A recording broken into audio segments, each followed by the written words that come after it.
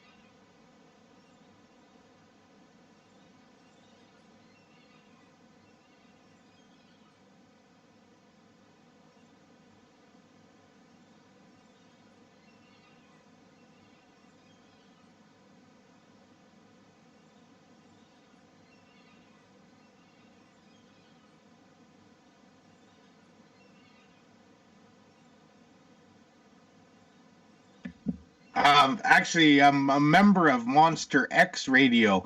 There's 4 of us team members, all from the Pacific Northwest. Shane Corson, he's a member of the Olympic Project, very famous group on the Olympic Peninsula, Washington State.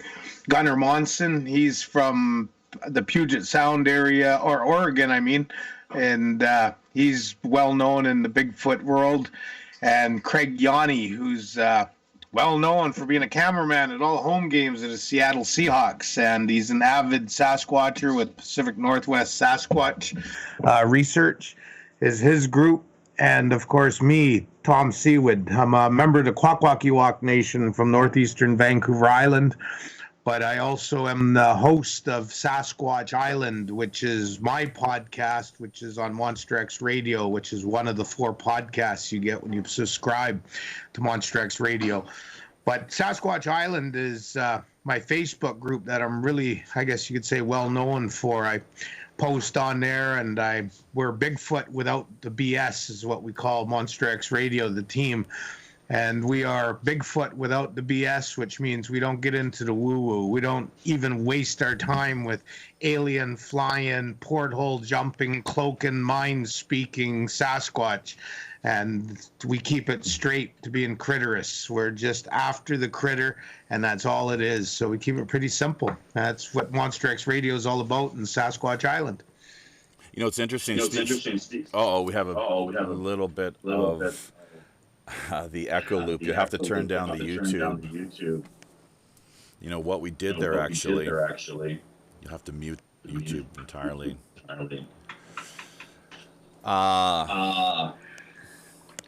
Speaking of earlier of technical issues, I blew the entire intro. I know you could hear me, Tom, but our listening audience couldn't. So we'll do something maybe. Well, who knows what we could re-record later, I suppose. But it is what it is. And for those who didn't hear the first go around, we're speaking this week, of course, once again with Tom Sewid. I believe I've got it now. The pronunciation, the accent, Sewid. Actually, you're way off. Oh, Sewid, no. like squid. D like delta at the end. Sewid like squid. Oh, it's not Sewid. It's Sewid. Sewid. Yep. Oh, gotcha. Okay, that's pretty cool, actually. So what's the family name all about then? It's actually pronounced Sewid in our language, a Kwakiutl from our tribe, Kwakiutl Nation, means the Kwakiutl-speaking people, a nation of 16 tribes that share the same language. But Sewid means paddling towards a chief giving potlatch, and that was my first ancestor who transformed from a Kulus, which is the younger relative of the Thunderbird. And this Kulus was told by the transformer to grab its chest of down feathers, and when it ripped its chest open, this costume of down, out would walk a very sweaty man, and he would then take the name Sewid, and that was my Nuyum, my first ancestor. How cool is that? So, it's an amazing, the Kwakiutl, I believe, as well, too, as you spoke of just the tribal relationships over the years, alliances that have been formed, and I suppose, peace that has been broken from more than once or twice along the way, too, just as with any place on the face of the earth. Well, I was born a Kwakiutl, then I became a Kwakiutl, and then our tribe got together and said, no, we got to call ourselves the rightful name, and that's what we go by now. We're called Kwakiutl. And for the people that want to be able to say that properly, what I'm going to say, you have to repeat right after me. And it's all based on Shakespearean stanzas. Do the walk of the Kwakiutl. Once you say that fast, you're always going to be able to say Kwakiutl, which is our tribe of 16 different tribal groups. And we were the fiercest on the coast. We were the superpower, you could say. We looked after northeastern Vancouver Island, which is shaped like a funnel from Vancouver Island to the Broughton Archipelago, a labyrinth of thousands of islands to the mainland. And then it goes into a funnel neck area that leads down to what is known as Campbell River now, and Comox, the top of the Sailor's Sea, the Strait of Georgia. But the Kwakiutl Nation, even to this day, when you come to northeastern Vancouver Island, you'll come to a world that you'll soon realize, of all the indigenous tribes in the world, the Kwakiutl still in 2020 are closely tied to what we call Chunahua, the wild woman of the woods, the female Sasquatch. It's in our language, it's in our culture, and in our tiers of crests. Every crest has a tier position. And the crest that most families have now is the Chunahua, which is the wild woman of the woods, the female Sasquatch, and it's the highest ranked crest to have. It's like having a Mercedes-Benz or a Rolls-Royce parked in your driveway, or walking into a party and wearing a beautiful gold Rolex watch and an Armani silk suit. That's what having the crest of Chunahua, the female Sasquatch, represents to the Kwakiutl Nation, even to this day. And when you come to northeastern Vancouver Island, most people that are interested in Sasquatch would be just amazed at how many wood carvings of Chunahua one can see from southern Vancouver Island right to the top part of Vancouver Island in our traditional territories. You can go to Alert Bay, which has, I think the last time I counted was 7 different Chunahua wood carvings in what you would call a totem pole throughout the village. And it's everywhere. And all through Vancouver Island now, you can go into towns and see modern design of the Sasquatch right to the First Nations, or, First Nations is what we call ourselves, but a lot of people know us as Indians or North American Indians or North American Natives, but it's everywhere now. In Vancouver Island, if you're into Sasquatch, get your butt up here, because it's just on like Donkey Kong when it comes to Sasquatch carvings, art, and the creatures that are all around our area, as well as coming into our urban settings now. When we go to sleep at night, they're hitting our greenhouses, our chicken coops, our gardens, our fruit trees. And it's amazing just how many Sasquatches we have on the Pacific Northwest, from basically Washington State right through the northern British Columbia. Yeah, it's it's on like Donkey Kong. All right, so that's a line we'll have to put on our hat and remember and keep it there as a little feather of sorts to use at some future point down the road. But yeah, Bigfoot, a lot of people don't know about the female, in fact. So, but before we get into that and a number of other issues that we've taken note of here, and I'd like to just kind of bounce off of you as far as what your thoughts are, because this is, it's something that's fascinated me personally since I was a kid of about at least 7, I'd imagine. So it's always been there in my consciousness. And you hear stories. I once, getting picked up hitchhiking, in fact, had a story presented to me and thought that was really quite something. I also heard something about, school kids back in the day being abducted. These are Catholic school kids. And I'm not sure if you know that story or not. But before we get into the issues like that and a couple others, that the Kwakiutl is always how we pronounce it. We were told it's the Kwakiutl people. Kwakiutl. Yeah, well, Jesus Christ, it's Kwakiutl, and if anyone out there amongst your people takes offense to that, You gotta remember, we're headhunters. I'm gonna come to South Korea and buck your head off if you don't learn how to say what I am. I'm a Kwakiutl. Oh, jeez. We're shaking in our boots here. The scared the pirates are really. Yeah. So, it could happen. Who knows? And even on a spiritual sense too. So there's that sort of, I do believe, energy and warfare that constantly is at play, so we have to be wary of the whole consciousness end of things. But listen, you mentioned something about space and different theories regarding Bigfoot or Sasquatch, as many know this creature. Now, the George Lucas end of things, do you think it was a coincidence that he had Chewbacca in the Star Trek movies, as far as being this hairy ape character from space? And the reports, you've heard them, and I think once again that you're not probably much of a believer from the sounds of things. I could be mistaken, but these portals that are said to manifest, and that from out of them, they've been witnessed from time to time too, supposedly. And bullshit. Well, you think people are just making this stuff up? Then is that UFOs and Bigfoot? It's all just nonsense. They got nonsense. Small penis syndrome. They can't pick up a girl at the bar, so they come up with some big elaborate story about porthole jumping, right? Mind speaking, UFO flying, cloaking Sasquatches. Mm-hmm. That's what it's all about. Small penis syndrome. So and I'm a hard line on that because it's so disrespectful to we Kwakiutl and most of the indigenous people of Turtle Island, a.k.a. Sasquatch Island, otherwise known as North America. So disrespectful. And I'm a hardliner. I'm a commercial fisherman, bushman. Anyone wants to come meet me eyeball to eyeball and debate with me, I'll be happy to dance with them behind a dumpster. It's so disrespectful. Yeah. So, but there's that's a widely held belief and theory. And here's the thing: do you believe in UFOs? Have you seen them or heard of them? Like separately from Sasquatch, of course. But there are reports of UFOs along the west coast of British Columbia, quite a lot, in fact, if I'm not mistaken.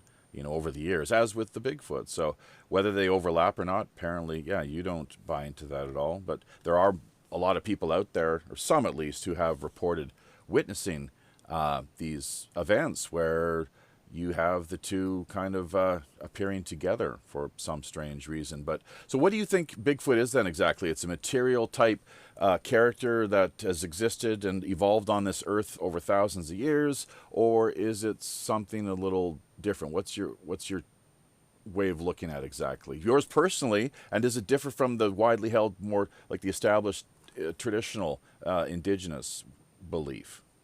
See, you're a great example of why I got involved with the Sasquatches, the Bigfootology, as I like to call it, because I lived in the bush. I was a commercial fisherman all my life, so I was interacting with my fellow Indians all over the coast, sitting on hatches, sitting in bars, sitting on docks, and I was always bringing up the question about, hey, what do you know about Sasquatch, Bigfoot? Oh, we actually call it books. And this is our stories from where we live on the coast. Oh, we call it Gogi. And this is our stories from Haida Gwaii, Queen Charlotte Islands. Yeah, sure. And we call it this, and this is our story from the Kitasoo Hey from Clem 2. So it's a part of our culture. And because I don't equate, I'm a Christian, but I don't go contaminate the indigenous culture and heritage by bringing in Christian beliefs. My grandfather taught me you walk a parallel path. You walk the Kwakiutl, you walk indigenous, and you walk the Christian path. You don't mix them together. So that being said, with Sasquatch and then studying under Dr. John Bindernagel, I remember back in early 1990s when I had my amazing encounter off my commercial fish boat and turned my spotlight on and seen a big hairy male and a big hairy female. What caught my eye was, dang, those things look like us. Right. They're just bigger, right, and hairier. Sure. And it's like me. I'm a thoroughbred Indian. I can count the chest hairs on my body, and I'm 55 years old in March on one hand. Me, I look at people on the beach and they're Caucasian and they're covered in hair. I'm just like, ew. Well, to me, it's yuck. Look at where. But here's the thing too. To keep this in mind, maybe you've considered this. Where I live here in Asia, it's the same thing with the Koreans. Not much body hair, So what's I constantly tease my wife. She calling her a Mongol, basically. I'm married to an Eskimo, Mongol. That sort of thing, right? So. But from my experience living in bush and seeing them up close, and I've had my. I came out of the bush, and to me, it was like sitting down with Peggy, my common law partner in life here. Mm-hmm. I came down to Kent, Washington. We've been together for 12 and a half years going on. And I'm down here years ago, and we're watching that Finding Bigfoot show, and I'm just like looking at her, and I'm just like, what do you mean find if they exist? And, maybe they might exist. I'm like, those things are all over. And Peggy, she's just like, looked at me like, you crazier than a shithouse rat, Well, you believe in them? And I'm like, of course I believe in them. I've seen them, heard them, smelled them. They're like white black bears and white deer and white moose and white humpback whales and white orca whales. We see it all over YouTube, these white creatures. You spend enough time in bush, you're going to see the big fella, the hairy one. Well, and when you do, you're going to, like me, I've, put in I'm factoring in the sciences and the reports and everything. And to me, Sasquatch, Bigfoot, just in the Pacific Northwest. I'm not going to upset the skunk apers and the Yowie specialists and the orang pendekers out there, but just in the Pacific Northwest of North America, our Sasquatch is a feral human. And I firmly believe, and I did this, I was a feral human for a time where I just got so sick and tired of Income Tax Canada sending me bills for $120,000 plus, and I had no way of paying it because I was a commercial fisherman and the fishing collapsed, and I had to claim bankruptcy, but I didn't want to do that. And then all of a sudden, Desert Storm erupted, and there was missiles and Saddam threatening this and that, and all this warfare, and I just looked at all these concrete people, and I'm being an Indian, I just thought, I've had enough. And I went into my traditional territories, and I lived off grid, doing tourism, became a bear hunting guide and tourist operator and a fishing guide, and watching logging camps during the winter time when everyone went home for Christmas to chase after that cloaking bugger called Santa. And anyway, while I was out there, I'm seeing Sasquatch. And then I thought about it, and I thought, I could see it thousands of years ago, my ancestors, a chief sitting there looking around and going, this is wrong. Now that we have 90-degree corners in this building called the Big House, we have wooden structure around us, we have fire, we have tools, we have weapons, we have culture that's incorporated into art and carving of stone and wood and painting and weaving. We have clothing. We have animosity, we have hate, we have greed, we have sloth, we have envy. And I firmly believe that many clan leaders thousands of years ago looked at their families they were in charge of. And when you understand tribal leadership, it's not like nowadays where you're a lefty liberal going, oh, I don't agree with what you're saying, I'm not going to do that. We don't do that in tribal law. When your chief says, tonight, when everyone's asleep in the village, You take all your clothes off, leave all your modern conveniences, and we're going to walk back into the wilds of the bush and get away from this pettiness, this evilness, this hate, this anger, this everything wrong with modernization. And I think that's what happened. Those chiefs led their family units back into the bush and became more in tune with nature as our relic humanoid ancestors were. And in doing so, nature's code kicked in and feralism happened. You got bigger, you got hairier, and eventually the larger humanoid who's covered in hair all of a sudden comes in conflict with the hairless humans with clothing and weapons and fire, who are the humans of the day. And all of a sudden they were getting, the big fellas and their families were getting speared and bow and arrows shot at them and clubbed and chased off cockle beaches and shellfish beaches and chased out of berry patches and prime fishing spots. So the bigger humans covered in hair, evolution took over and they got nocturnal vision and they became the humans of the night. And that's seeing my fair share of Sasquatches up close. I just think they're feral humans. And then when you equate how they speak the native tongues back to people, even the people who speak English talk about them saying one or two words in English. Maybe it's a mimic because we know they mimic. But then again, I've been taught by some of the Indian members from different tribes in North America, Sasquatch Island, that they have laws, Tom, very strict laws. They have language, they have culture, they have laws, Tom, very strict laws. So that's what I believe the Sasquatch is, just a larger human. It's not a relic human, it's a human that went feral, got bigger, got hairier, got nocturnal vision, but they have more in tune with environment than we will ever gain back again as hairless, stinky, petty humans. Speaking with Thomas Sewid of the west coast of British Columbia this week. He is a Bigfoot expert and Aboriginal historian and legend speaker of, as we have traditionally called it, the Kwakiutl tribe. My homework is to get that name down here eventually, but I'm not even going to worry about that right now. Just a really busy guy, multi-talented, a lot of items on the go here, ranging from television series themed in the Sasquatch vein, of course, and internet is what we're doing here with the live streaming show.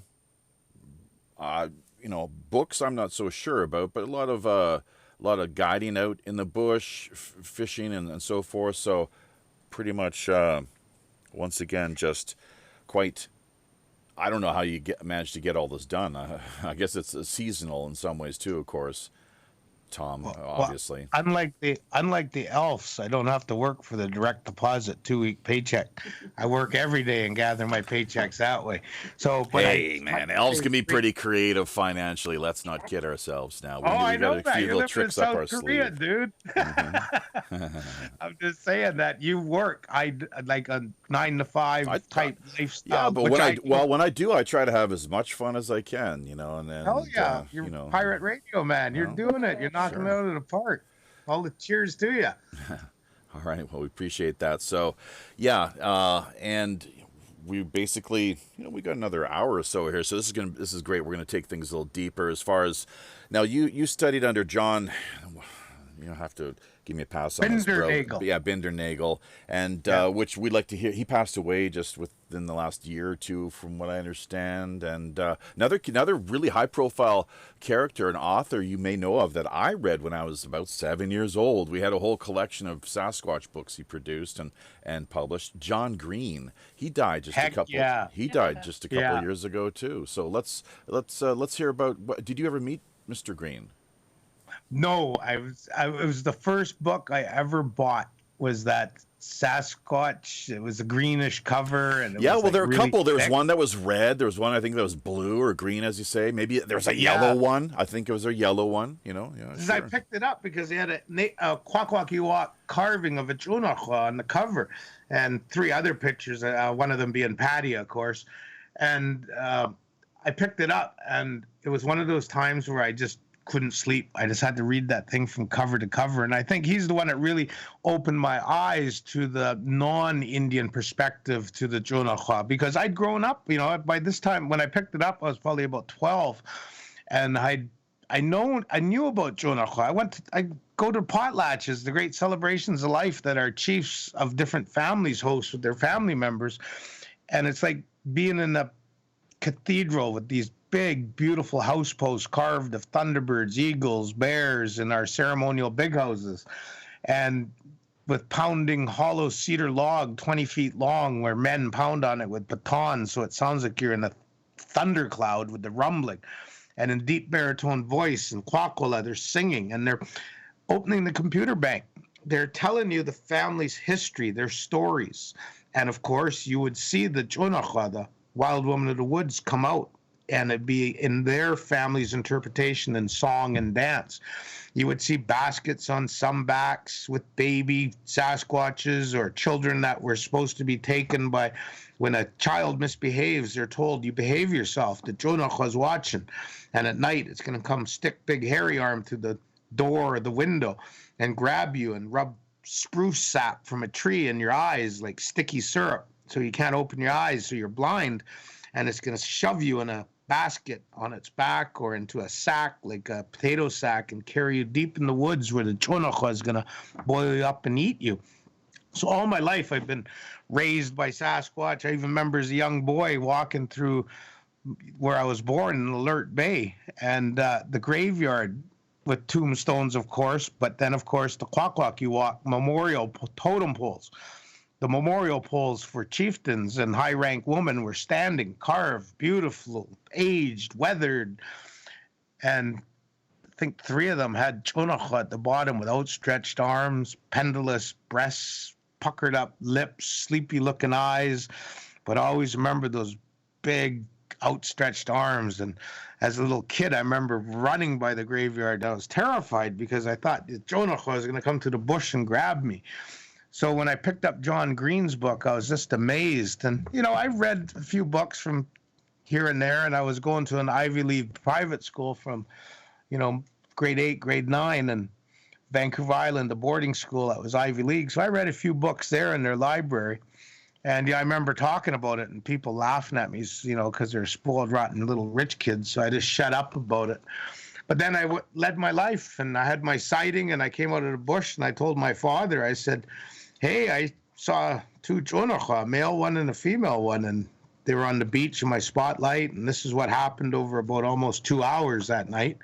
Saw them pretty close in the spotlight, and my dad said, boy, that's funny. He goes, this crazy, no offense to the people that aren't native out there, but my dad said, this crazy white guy showed up at our door, rang the doorbell, and I opened it, and he had a white beard, and he was all bouncing around, all talking stuttery, and he said he was a doctor, and his name was Dr. John Bindernagel, and he'd heard her was doing a presentation at an elementary school in Campbell River, and your cousin, which is his nephew, Norman Jr., who was a young boy then, said, oh, you better go talk to my dad, Elvin Sewid. He's seen Sasquatch. So, of course, Dr. John Bindernagel drove from his house half an hour south to Qualicum Beach, banged on my dad's door, and had a plaster cast of a Sasquatch print in his hand. And so my dad just like, holy smokes, this white guy, pretty crazy, but I'll invite him in for coffee.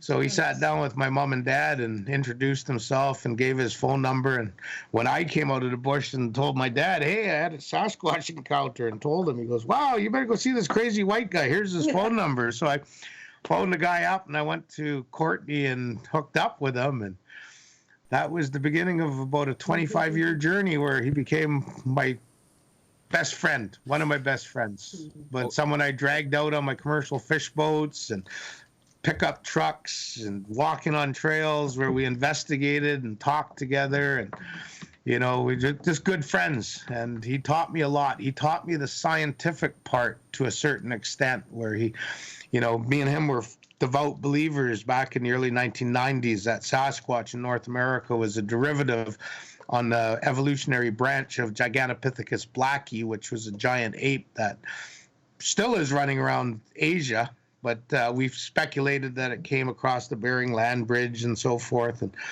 But after decades in the bush, I came to a realization that no, John and I both agreed we were wrong. It wasn't a derivative of Gigantopithecus blackie. It was a feral human. That's what Sasquatch is. So yeah, he was a great friend of mine. I can imitate him. I'm not going to do it right on podcasts, but on stage when I go to conferences that I'm invited to perform with my partner Peggy, where she dances and performs our traditional family regalia of Junakwa with mask and fur regalia and carvings on it. She also comes out with Bakwus, which is a small little hair-covered bipedal creature. It's reserved for what we call little people, I guess you could say, in North America. But we have a pretty good performance. But, from time to time when I'm up there on stage, I'll imitate Dr. John Bindernagel, or as I call him, John, because he was a blast to investigate with. One of my greatest memories was in sitting on a boat at anchor offshore, maybe 60 yards, and nights come down, and we're just deathly quiet, no lights, no nothing. We're waiting for the Sasquatches to come to this beach at low tide for the shellfish. And I'm sitting on deck smoking my cigarettes, and all I could hear was this god-awful beep, this buzzing, ringing. I'm like, what the hell? We're checking the radios in the boat. We're checking the alarm panel. And we walk on deck, and finally I look at the captain of the boat, my buddy, and I go, oh, for Christ's sakes, it's John. It's his hearing aids, because he had 2 hearing aids because he was damn near stone deaf. And here they are buzzing away. I had to kick him in the foot. And, hey, John, turn your goddamn hearing aids off. You're scaring Sasquatch away with the buzzing. And, of course, he'd be all flustered, laughing, and everything, go back to sleep without the buzzing. So that was John Bindernagel. He's a great man, and pretty soon we'll be hosting a memorial Bigfoot conference in honor of John Bindernagel in Vancouver Island here pretty soon, probably this year. When exactly did he pass away? I'm not too clear on that. And secondly, with the meeting that you had with him originally, it sounds like there was some very bizarre cosmic synchronicity that occurred, that he showed up at your dad's house just out of the blue one night, and then it was within you had actually had a sighting around that time as well too. Is that the case? Is just the time frame? No, we just call it shithouse luck. What the hell? Yeah, how did it all play out, bro? What happened? Well, he was talking at an elementary school in Campbell River, and my cousin Norman, who's now probably 38, he jumped up and, oh, you got to go see my Uncle Alvin. He's seen a Sasquatch. Well, my dad didn't actually see a Sasquatch. It was someone who my dad worked with in about 1985 who saw a really good encounter of a Sasquatch and 2:00 in the afternoon in the summer run across the highway. So it was, and that's what my cousin Norman had been visiting my parents, because they used to look after him from time to time when his parents were fishing. And I used to fish with Norman's dad. So anyway, Norman just thought it was my father who had this sighting. So John Bindernagel right away, he's, an Indian who's got a sighting report. Of course he's going to jump in his truck and, it's back then we had these things called phone books. You just open them up and look under SEWID, Qualicum Beach. Oh, look, only one Sewid lives in Qualicum Beach, 9994 Bluebird Place. I better go there. So he drives there, bangs on the door, and my dad answers it. And, but it just happened to be coincidence that a few days later, I came out of the bush, because I used to go commercial fishing. I used to disappear for anywhere from a week to 3 years on end. And I come out of commercial fishing and went to see my parents, because you always have a hot meal. And, it's the Indian way. You just drop in unannounced. And my dad's like, oh, this crazy white guy showed up. He's a Sasquatch investigator. Here's his number. Go talk to him. Give him your report. And that's what I did. Shithouse luck. Oh, that cosmic. Is. Oh, okay. Yeah. That's one way of looking at it. I do know shithouse luck. Yeah. So, but I also know cosmic synchronicity. So, but leaving that aside, Jesus, there's so many places we could possibly. There's some cosmic synchronicity. Jesus, he walked on water. Okay, sure. Hey, listen, we ain't going there. Well, no, but hang on, no, but this is important, because you actually opened up. You went down that avenue just a number of minutes ago when you were referencing your Christian faith, and then that in conjunction or comparison to the traditional indigenous way of seeing things, worldview, and that the two kind of your grandfather, I said, he basically told you, look, you got to choose one or the other, and that for you has been kind of has that been easy or somewhat complicated? No, he said my grandfather was a lay minister in the Anglican Church, and he was a hereditary clan chieftain of the Kwakiutl Nation who was hidden from residential school to be able to get our education on our native culture and heritage and laws and songs and dances and everything. So he said, you have to walk a parallel path. The Anglican Christian life is one path, and the other one is your ancestral Kwakiutl Gotcha. life. Yeah, I got you. You never mix them. So you never Right. contaminate. That's, it's like people that, I remember one person telling me about how they saw a Sasquatch and I just had to drop to my knees and pray to God. It was such a divine, amazing encounter, and thank God for this. And I'm just like, okay, that'll scare a Sasquatch off. You got to remember, they're indigenous humanids of North America. And what's the worst invasive species to North America? The missionary. Look what they did to the indigenous people's lives with disease, with bullets, with, they were Alcohol and alcohol. small. The list goes on. I'm not going to get smallpox into the whiny Indian stuff, but residential you just schools, have as to, you if you know your mentioned. history, you know what Christianity did. It eradicated up to 96% of the indigenous tribes through the introduction of diseases, because the missionaries, they weren't like the fur trappers and the explorers who stayed close to the beach. They had to go way inland and bring the Bible, bring this, and, it wiped out our people. And that's one of the reasons why I was, one of the main reasons a lot of people want me to talk is because I'm the one who brought to everyone's attention with Sasquatch Chronicles, Wes Germer, with, I think it's podcast 234, where I came out 4 years ago, and the podcast is called Sasquatch and Smallpox, how I introduced to the Bigfoot Sasquatch world the indigenous First Nations reports of contamination of the Sasquatches with smallpox. At the same time, our people were being decimated by smallpox. How do you figure that? Well, didn't figure nothing. I just listened to the elders, and they said that. I remember my father, my family member, talking about this when I was young, and these are elders I interviewed, and they said that their family members remembered when their villages were being decimated by smallpox, living in big houses. It got so bad we couldn't even contain our dead no more. It's kind of like what's going on in Wuhan right now. We couldn't contain our dead. We were trying to bring them to the islands, bury them traditional way. We couldn't. We had so much death, and we were so weak that they were just throwing them in the water at high tide, so that the receding tide could take the bodies away with the contamination. They couldn't keep up to the dead. That's how bad the smallpox. Gotcha. And then all of a sudden, some chieftain in this one of the three reports I got, but the chieftain gets summoned. Hey, you better come outside and take a look at this. Well, when the chief goes outside, there's at the edge of the village in the trees are a family of Sasquatches, a clan of Sasquatches. And one report was over 30 Sasquatches.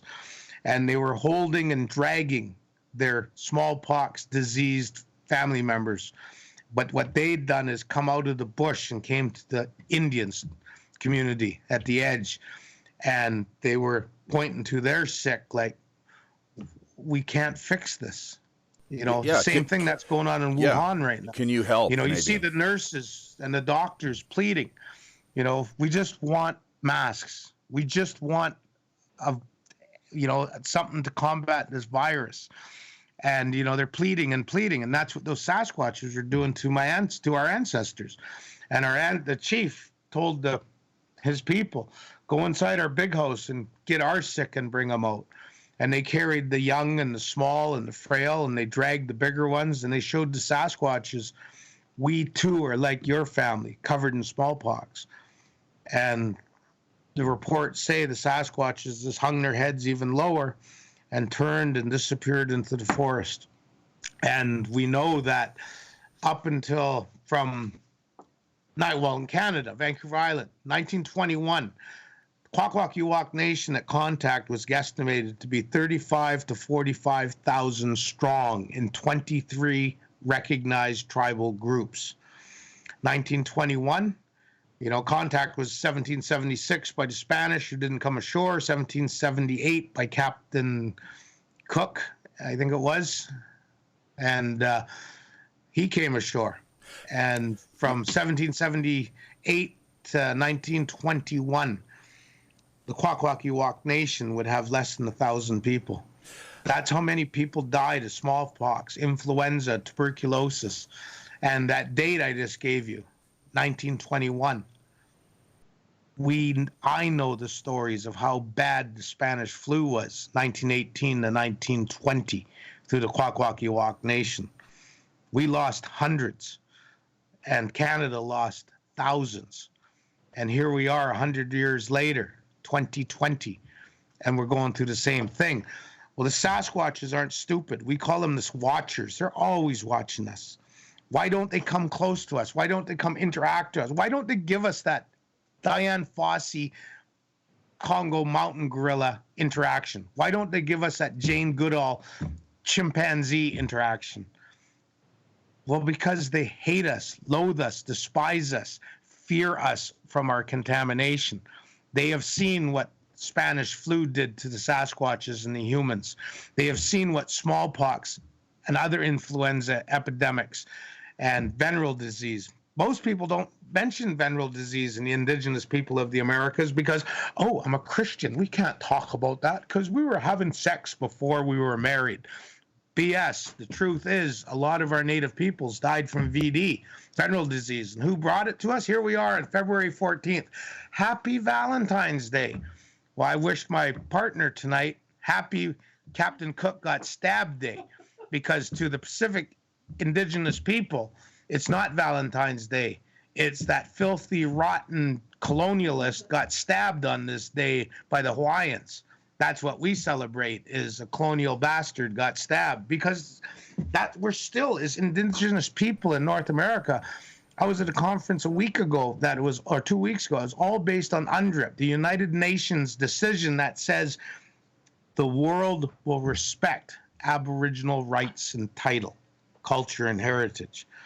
The Canadian government still can't get that through their heads. That's why we Indians are shutting down the country right now by blockading highways, railways, and government offices. We brought Canada to its knees this week because they failed to recognize the indigenous rights. And here people go, well, why won't Sasquatch come see us? Well, look how they're treating us Indians in Canada.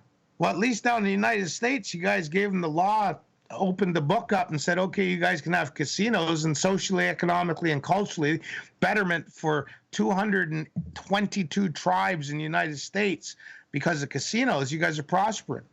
Prior to that, what did you guys do to the Indians down here? Smallpox, Gatling guns, wounded knee.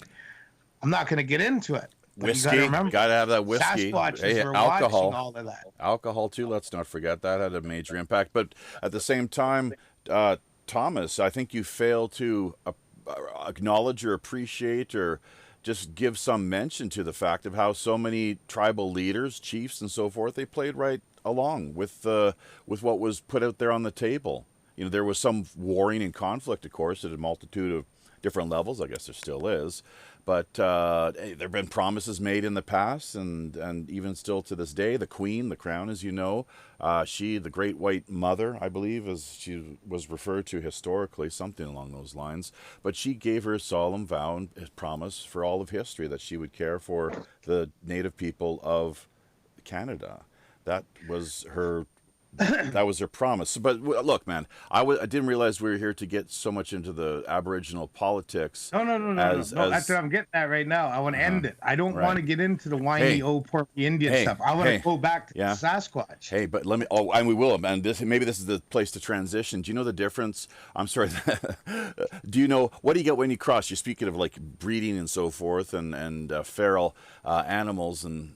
You name it, just, your imagination can run wild. But what do you get when you cross Bigfoot with an Indian princess? No idea? Caucasian? No. Squaw snap. No, Thomas. I'm just teasing. Well, you could. You could. Something like that. Sure, that works, I guess. Why not? When you cross a Bigfoot with an Indian princess, squaw snatch. Oh, I ain't even going there. It's too disrespectful. Well, you're talking VD and the whole thing, and so there you go. So no. What I was doing was what I wanted to see when you would jump into the transition. Mm-hmm. You see now why Sasquatch, the Watcher, doesn't give us that Diane Fossey, Jane Goodall moment. You understand that? Your frontal lobe's able to grasp that one? So do you see them because they want you to see them, or that's Joey Boomer's question here in the chat area, and we've got up to about, I don't know, maybe typically we have 10 to a dozen in YouTube and a multitude of others as we reach Facebook, as we unfortunately are forced to refer to it, and as well as D Live too, let's not forget. So it's great to see the activity out there. Comments, keep them coming. We're going to try to keep you engaged from this end. Of course, we had that. What was Boomer's question? Basically, it's just a comment. He's wondering about, and it's kind of along the lines of what you're getting at here, more or less, the context of things. So do you see them because they want you to see them, or, and then he just left it blank. So what's your take on that? It's they want you to, correct? There's a connection there spiritually. Yeah. No, they're no spiritually. They're curious, and they want you to see them for a reason. What is it? I don't know. In most cases, a couple times I do know. For example, in 2013, we were building cabins that looked like traditional native longhouses on our Indian Reserve Island up off northeastern Vancouver Island, which a lot of encounters up there. I even warned my crew, don't go to that island. There's a rogue gunner. He's a mean, ornery son of a gun. Just don't go there. Go to the beach. Make sure you do what you're supposed to do. If you're going to go shellfish digging, go to the shore, go up to the high tide mark, look around for broken shellfish piled up or big tracks in the gravel. If you don't see that, dig there. But if you see those broken shellfish piled up on a log or a rock, or you see big tracks in the gravel, get back in your boat and go to a beach a mile either side, because you show respect to the Sasquatch. He's telling you, this is my beach. I'm digging shellfish here right now, and I'm probably sleeping up yonder there in the bush. Piss off, human. That's what you do. Respect each other. So anyway, I just told him, just don't even bother with Crease Island. I said, that bugger there, he's ornery, he's a rogue, just stay away from there if you can. Mm-hmm. But on our island, all of a sudden we're noticing things are going missing. Potatoes, squash, sweet potatoes, garlic. And I'm giving my crew hell. I'm like, look, the guys, when you use the garlic cloves, put them back in the food locker. I said, and put the lock on it so the bears don't get at it. I said, the mice are getting our garlic off the counter, our cooking counter, which was just under a tarp between two big spruce trees.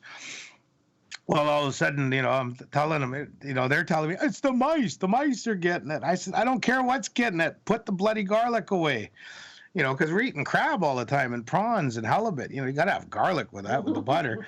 And all of a sudden, one of the crew goes, oh, yeah, I'm going to go get a Pepsi. You guys want one? And there's 3 of us on the island at day's end. It's almost dark. And we're all like, yeah, sure, grab Pepsi. He comes back and he goes, hey, Tom, the mice aren't touching the garlic. I'm like, how do you know? Well, because I left the garlic on the counter and I seen the mouse go up to it while I was getting the pop, and it sniffed it and it went away and it started eating the crumbs from whatever else. They don't like garlic. So I'm thinking, well, that's strange. Okay, the mice aren't taking our garlic. So the trail around our camp, we're seeing trails getting bigger and bigger. And, I'm a tracker. I'm a bushman. I'm a hunting guide. for years, so I know something's probing our camp. I know what it is, so I do a test. I take a clear glass and I put it upside down over top of half a garlic clove. We all go sit in the picnic table, drinking our pop, playing crib, wood stove we had outside to keep us warm close to it. And we're just BSing away, doing our thing, and all of a sudden Buddy's like, oh, I'm going to go get something to drink. Anyone else want a pop or anything? And, we're like, yeah, sure, grab a Coke, whatever. He comes running back. Tom, the glass is still on the counter, but it's empty. I'm like, what? And he goes, yeah. So we all run over there, and I'm like, oh, you took the garlic out. He's like, I never touched it. I promise, I never touched it. I came to get the pop. So we put a chunk of garlic under the glass, and all three of us go back to the picnic table. I'm making sure no one's moving. We're drinking our pop, playing our cards. And after about half an hour, I'm like, let's go check the cup. And we run over there, and damned if the damn thing isn't empty, upside down. So tell me, what can lift a cup up other than another human or something else with an opposable thumb without knocking it over and making a ruckus? So anyway, we started, I told him, I said, it's Sasquatch, the big fella's around here. And then we started seeing evidence.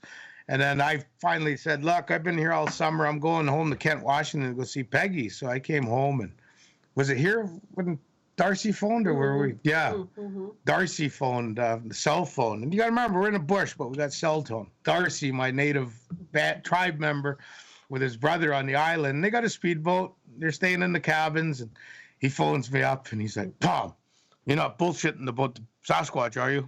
I'm like, Darcy, no, I'd never BS about that. Why? You sure you're not BSing about that big fella? And I'm like, no, I'm not BSing, Darcy. Why? What's going on? Because he's on an island with his half brother. He goes, well, something threw a big stick out of the bush, and there was no wind, and it splashed in the water, and then it happened again, and it happened again, and they're all excited. I'm like, I told you what to do. Just grab the gun, walk in the bush towards the outhouse, and start talking Kwakiutl to them.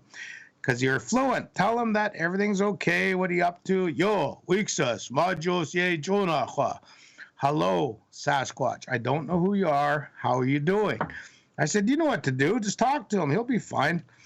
And he's like, okay. He phones back, and he's like, yeah, he's not throwing things anymore. And then it wasn't until a few weeks later when I got back there that he's telling me about how his brother was so scared that he kept saying, Darcy, that red light up there, that's Alert Bay, right? That's Alert Bay, right? Alert Bay is an island where we all grew up, and it's a community. Got a ferry, got grocery stores, the whole 9 yards, paved roads. Northwest Territories, I do believe, is that, for people who aren't aware, Alert Bay. Yeah, Kwakiutl Territories, off northeastern Vancouver Island, just across from Telegraph Cove, the famous whale watching area, and just across from Port McNeill on the ferry on Vancouver Island. Okay. But they told me later that they got so scared of the Sasquatch that night that they jumped in the speedboat, and pitch black, they ran for Alert Bay. And wow. His brother, that's all he could say was, just, the red light, that's Alert Bay, eh? So they're weaving through all these islands and we know how to do it. It's like walking to the grocery store for us, but that's what they used, was the red light. But it just shows you that Sasquatch. And then a few weeks later, we actually had a visual with them, eyeball to eyeball.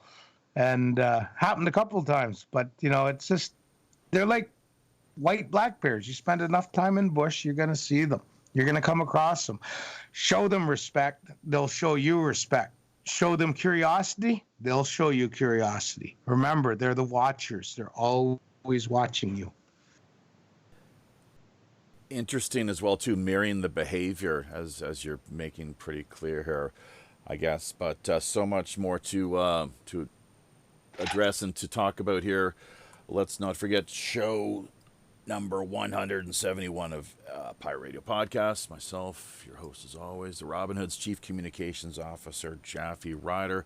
Got our great guest this week, of course, Bigfoot expert and Aboriginal historian, keeper of the stories, legends, and so forth as well, too. Big deal in the Indigenous world. So Thomas Sewid is, I think, getting closer with the pronunciation there. But you're doing great. Yeah. Big shout out to Jennifer Knight, Joey Boomer, Reverend Jim. Now there's a handle here, H4X. Not sure who this character is, but welcome nonetheless. Mr. Anderson, and Vinny from Brooklyn too is who we're seeing here. So, hey, listen, just quickly, let's try. Hey, how you doing? Yeah. So they're definitely intrigued with what we're focusing on here this week. But I'd really like to go further into this story, because I might have read it in the John Green book, and I think I heard about it a few times after that. There's no doubt about it. I've heard it from multiple people. This story of the Catholic schoolgirls being abducted. You've got to have heard that one, haven't you? Back around the time of like the turn of the last century, about 100 years ago or so, at least. No, Good I don't. And I have a pretty good memory. I don't. That doesn't ring a bell. There you go. Austin, Butte Inlet, Toba Inlet, that rings a bell. Picked up in a sleeping bag, and I've actually been up there. No. This goes back. It's a Catholic schoolgirls are being led through the bush by this nun. Maybe there was a couple nuns, sisters, taking them out just from one location to the next, down in the southern half of the province, lower mainland. I think it might have been Bella Coola, as a matter of fact, if I'm not mistaken. So we'll track that, more specifics and particulars on that one down as best we can, or at least we presented it to you here. So it's something for you to maybe look into further yourself. Ask the people because your community, of which we're not a part of. This is the first Bigfoot show that we've done to this point. So they're bound to know. You're bound to hear this one again, I guarantee you. But that aside, my dad and I, when I was a kid, we were out in the bush, of course, and we were cutting blazing like snowmobile trails, basically clearing brush and just cutting our way through the bush so that we could go snowmobiling in the wintertime, way the hell in the middle of nowhere, central interior location. Basically, we camped out this one night near a stream, and I tell you, man, I think we might have been resting during the afternoon, as a matter of fact, if I'm not mistaken. So it wasn't the nighttime. We were just taking a nap, and there was something pretty big around our tent. There's no doubt about it, making a hell of a lot of noise. And then I'm not sure if we had what we would have done if it would have made itself known to us, basically. But we went out and looked around later and talked to my dad. I was kind of crapping my pants as a kid, maybe 10, 12 at the oldest is what I was there at that time. So it was a pretty big deal. And I talked to my dad, asked him what he thought it was, and he looked at me and said, probably just a squirrel. But it was making a hell of a lot of noise, thrashing about, and it sounded like it was circling us. So it could have been a bear, could have been like who knows what exactly. But there's another time too where I was a little bit older, back in the, I guess, late 90s, let's say. Once again, central interior British Columbia, we were thinning trees, so we had our brush saws there and everything. And I think we were taking a rest, gassing up, that sort of deal, maybe grabbing a sandwich, and off along the tree line, I guess is where it kind of is down a little kind of dip I'm not sure how you'd call it exactly in common bush terms, but it was just like a little hollow or what have you. We couldn't quite see. There was a lot of noise coming from that. It couldn't have been any further than, maybe 100 yards tops, like real 75 yards, and it was making itself known. We were making ourselves known to it, and there you go. So, but I don't think it was a moose or a bear. Maybe it was. Maybe that could have been the case. But we never saw anything in either instance. But there was just something about those experiences that made me think that, within the realm of possibility, especially given all the stories people have heard throughout the years, of course. So, what are your thoughts? Can't really say. I guess it's pretty tough to make heads or tails of it. Really, who's to say? Or do you have an opinion? Did we lose Tom? Jesus, did he drop right out? Tom, wake up, Tom. I think he muted himself out, and now I'm back. Yeah, go ahead. Hit the wrong button. Yeah, that's okay. So anyway, listening to you and everything, and then what you started it with was that, did you hear about the Roman Catholic girls? In all honesty, like people ask me, oh, did you listen to this podcast? Did you listen to that podcast? Hell, I don't even listen to my own damn podcast. Oh yeah. No, I get that, but the reason why is I'm not into listening to other people's encounters. It's boring as dry as a popcorn fart. You know, it's this is an old story. We get it, man. I'm trying to get the it's a legend, kind of like from Samsung smartphone video, crispy pictures that's not blurry. You know, I got my fair share of blurry blob squatches. I ain't even going to share it with people because I hate all of the negative nillies on the social media nowadays and everything. So, but the bottom line is, I'm an investigator. You know, you said I'm a legend speaker and I'm a historian and I'm a this and I'm that. Yeah, I'm an investigator who has a podcast, and I also have a television series in production called The Other Tribe, Sasquatch Island, The Other Tribe. And we're just in editing right now. And I've been in numerous documentaries. I do conferences, Sasquatch, Bigfoot, been all over North America, and going to be in Oregon here during July 26th for the Oregon Festival. Peggy and I have been invited to there, but I'm not an expert.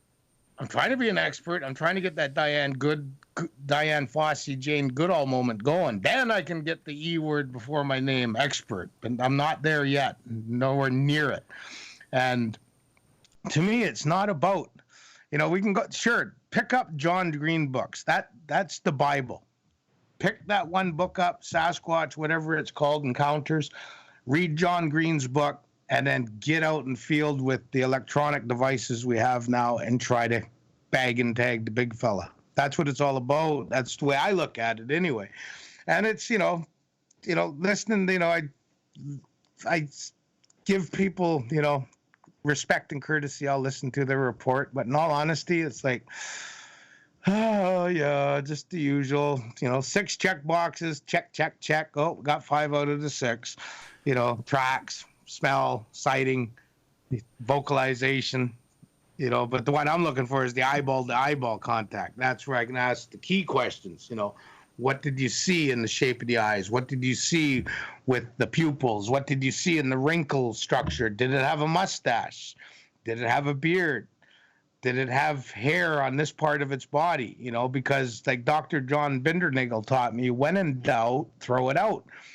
And that's why when I see pictures of Sasquatches in snow, I'm just like, I'm always the first one on social media to go, where's the track follow-up?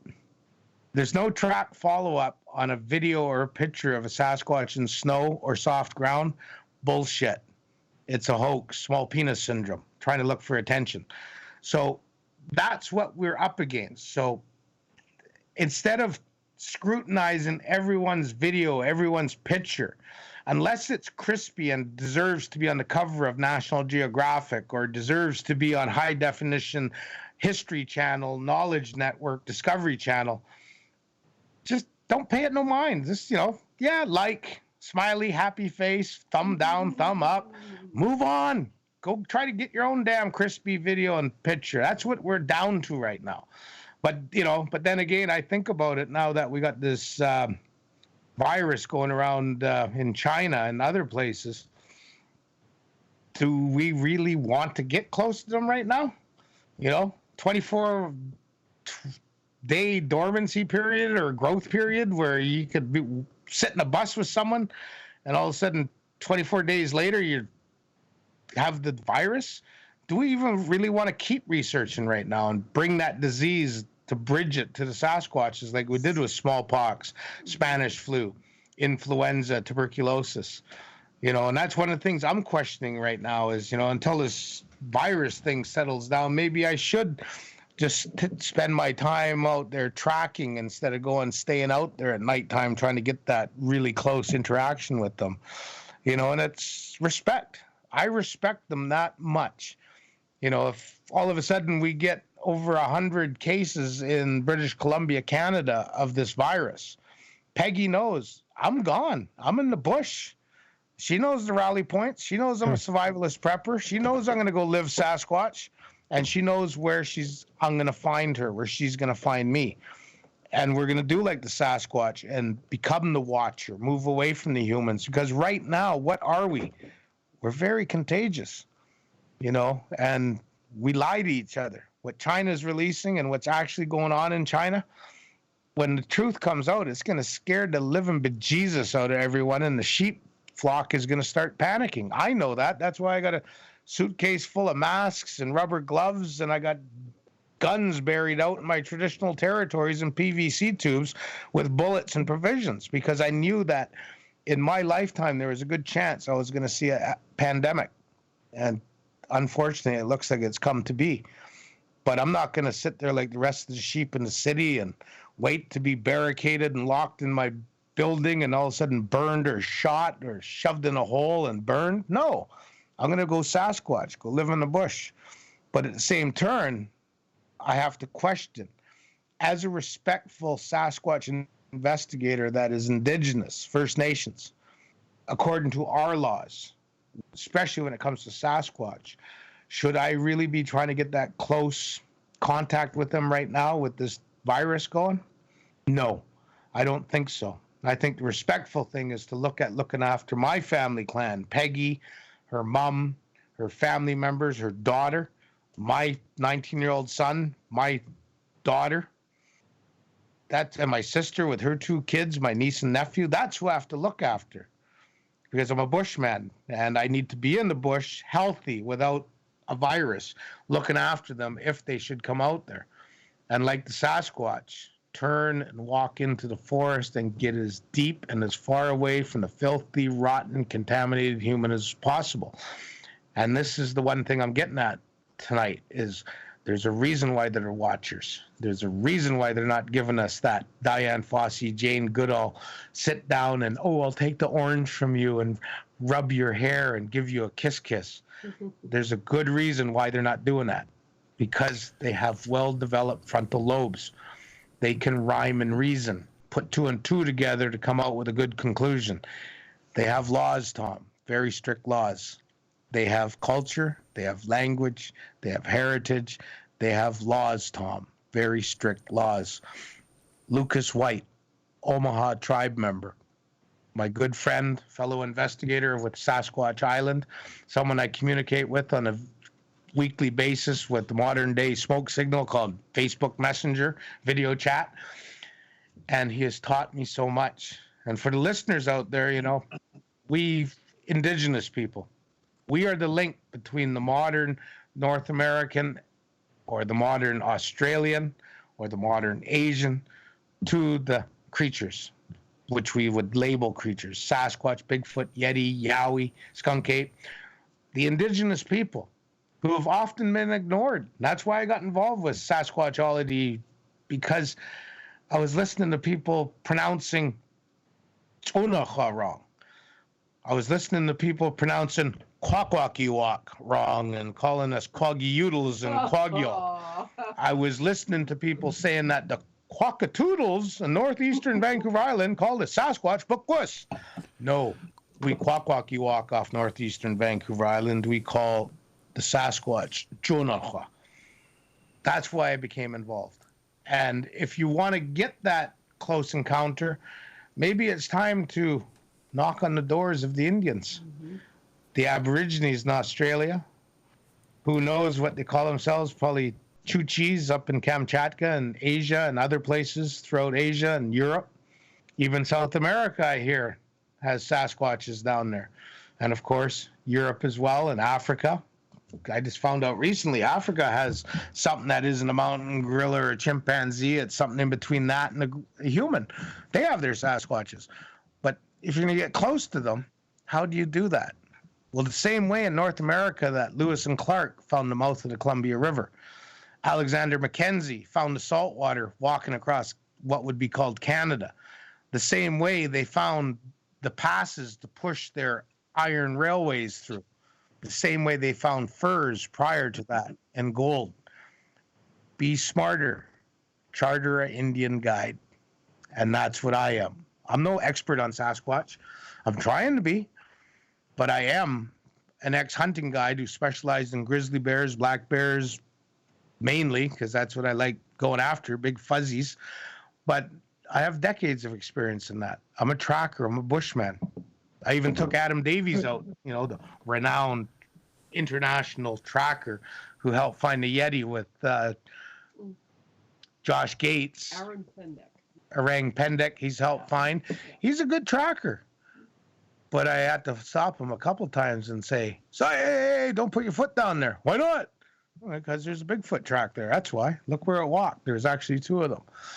So if you want to get an experience, get a hold of me. SasquatchIsland.com. Modern Day Smoke Signal. Get on the internet. Sasquatch Island group on Facebook. I do expeditions. Actually, it's as simple as phoning me and saying, hey, I'm going to arrive at SeaTac. I'm going to go, okay, I'll meet you there.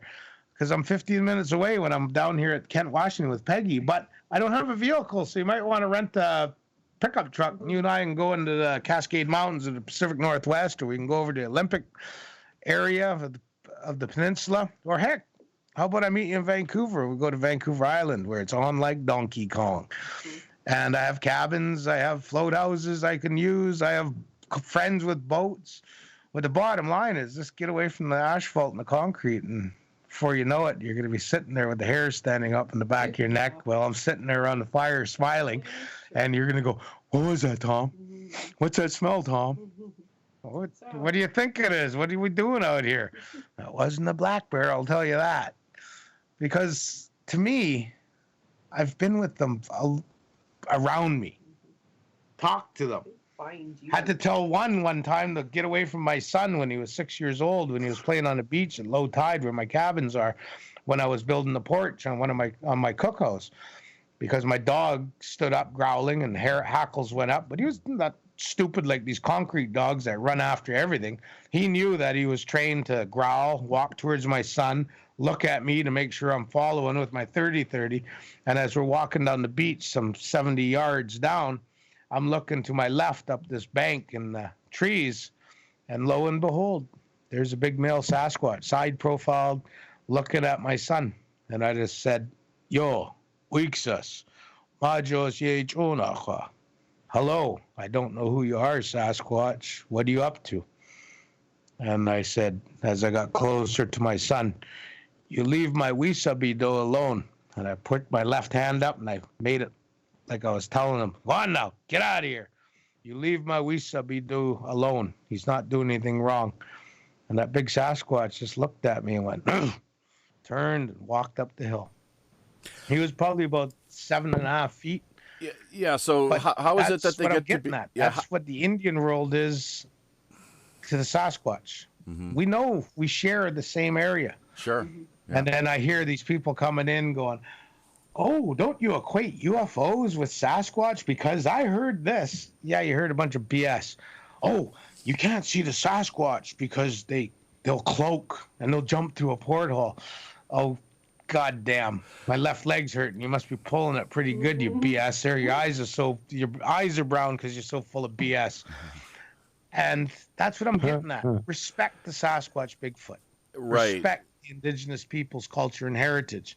Quit equating all this speculative BS into the whole equation. Come out with us and sit with us at our fires. Smell what we smell. Hear what we hear. See the eye reflection like we see. Talk to the big fellas like we do. That's all I'm saying.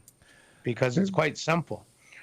We Joe? share the same homeland. I have some questions. We are the same people. They're just bigger and hairier than us.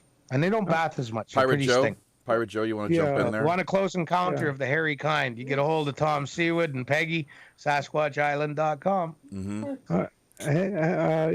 You're of the opinion that these are proto-humans. They're not quite human, but they do have the ability to communicate with each other, and I guess Ralph. basically solitary, or do they travel in groups, or what's the situation with that? That's the first thing. The other thing is, I like, obviously, if they're smarter than bears and and other large animals, do they build things? Do they leave things behind that you can't account for, temporary structures, fires, remnants of stuff that they've eaten, um, uh, trails, markers, anything like that.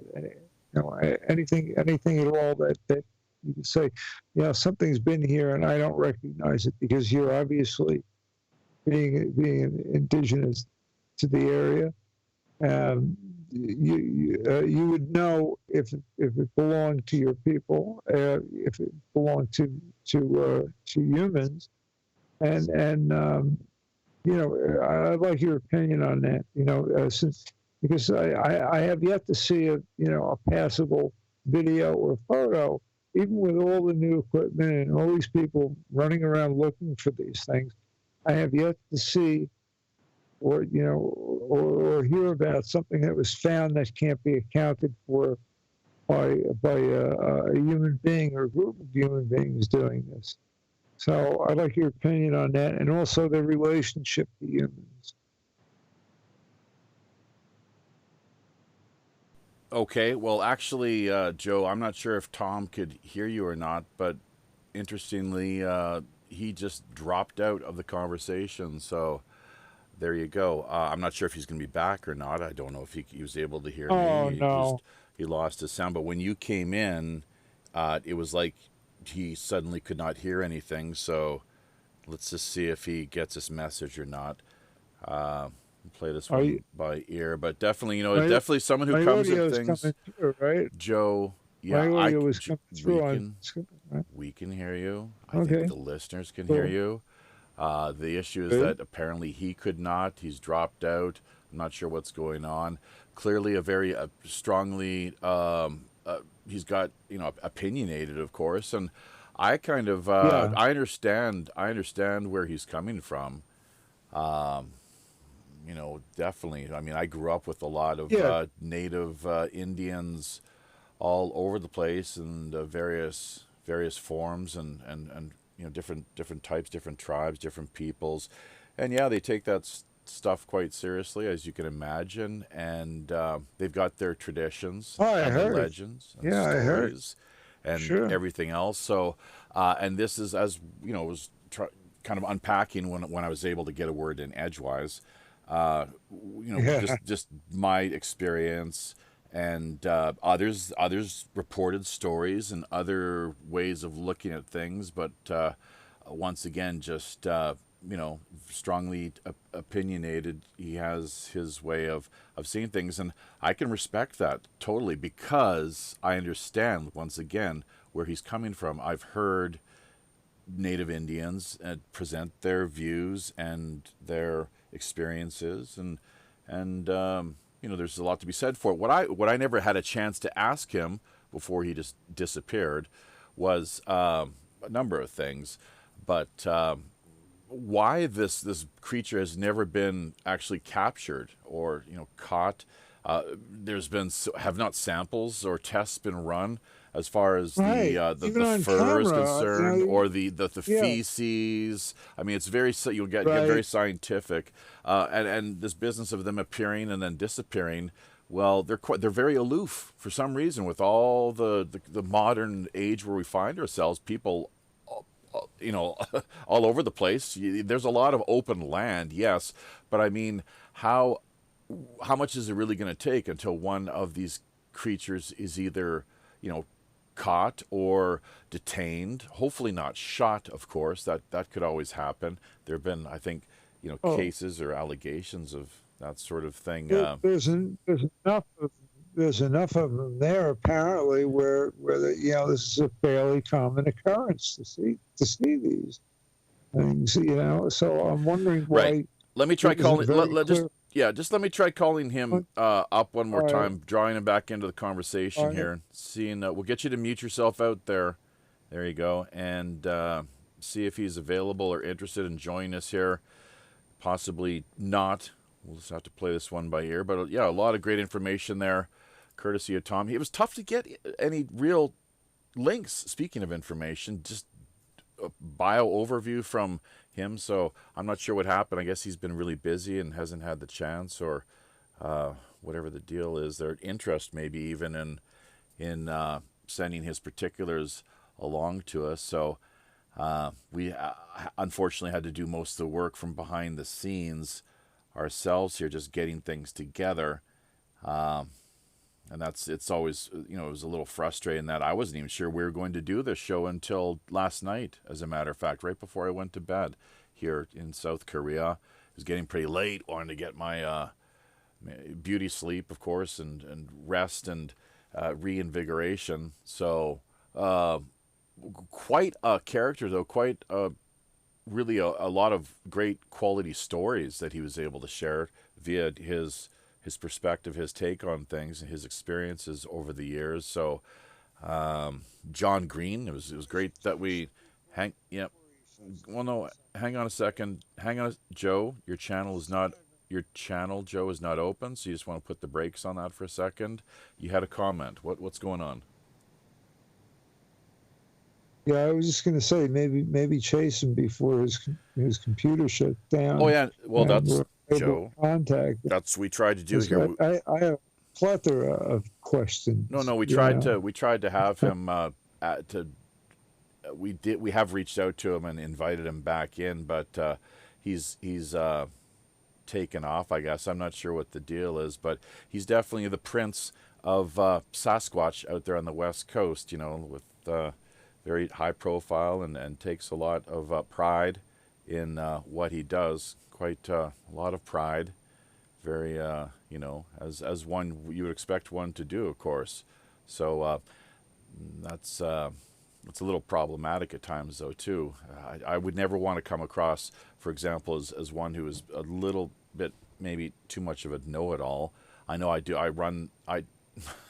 It does occur from time to time, and I got to kind of lay off and pull back a little bit. But I guess everyone approaches things differently. I have a more open-minded view to things. I don't know the answers, what Sasquatch is, other than the fact there's been just a multitude of reports over the years of all sorts, including UFOs. And to me, I don't think everyone's crazy. A lot of people are very sane, down to earth. They're not even necessarily Sasquatch or UFO or supernatural, paranormal type aficionados. But and as far as this expert business is concerned, well, I do believe it is essentially, his bio does read as such. I know we kind of stumbled from the beginning, so we're gonna do what we can here. We'll make it clear just one more time, overview for people who are curious, that Tom was someone who hails from Vancouver, British Columbia, Aboriginal historian and legend, you could say speaker or keeper, even, of course, of the Kwakiutl tribe. It was interesting to note the issues that they really did not like the idea of anyone using anything but the formal native name, which, I mean, I don't quite understand. For years it's been Kwakiutl, and it's great that they have their own way of seeing things and own language, of course, very distinctive. That's and the residential school system was a travesty and a great shame that was imposed by I guess the Crown, really. I wouldn't go so far as to blame all white people. I don't think that's really the way to approach things at all. And of course, a lot of natives. He didn't really respond to that whole business of how natives have cashed in over the years, did he? I think he kind of just steered away from that for some reason. So, it would be interesting to... He wanted to talk about what he wanted to talk about, right. And I just wanted to ask simple, straightforward questions. Mm-hmm. I'm sure they die after a while. Sure. Do they bury their dead? Right. Yeah. Yeah. There's been talk of dead. That shows a sign of intelligence. Mm-hmm. Why hasn't anybody found a bone, a piece of fur, a blood splatter, or something, anything, other than footprints and blurry photos? So, I really want them to come back in here and address some of these issues. Nothing against the guy. I just, I'm just looking for some straight answers to some straight questions. Right. Sure. Busy fella. And once again, just, a little disappointed that not really from his end more on the ball or committed to having a conversation here with we reached out to him multiple times, and he was someone who, I should make clear that once again, it's like putting the cart after the horse, but I can't recall exactly who turned us on to Tom and what he is really, committed to with his life out there on the west coast of North America, really. But we'll maybe manage to track that information down a little later. So I don't know. He's making a buck doing, tracking and being a guide and so forth. I understand that. Good living. Living the high life from the sounds of it, working hard. Yeah. Well, hard working. Hard working, down to earth kind of guy. But I wouldn't say down. I wouldn't say down to earth. So I wouldn't give him that really. But hard working. He dismisses the UFO connection out of hand, which you really, I can understand that too. I just want to know, I just want to know some basic information about it from the lips of somebody who's supposedly an expert. Yeah. Hey, Joe. The second I started talking, he drops out. Yeah. That's too bad, huh? Well, yeah. He kind of just he's a very capable speaker and knows how to dominate a conversation, and I didn't see much interest in reason to try and cut him off. Just let him say his thing, and then jump in where after he was finished. There should be actually, back in the day, historically, you would have a limited amount of time. Places like ancient Greece and so forth, and Rome even too, I'd imagine, and in the native culture as well. I mean, there's a whole business of the talking stick, from what I understand. But if I'm not mistaken, that talking stick, it kind of makes the rounds.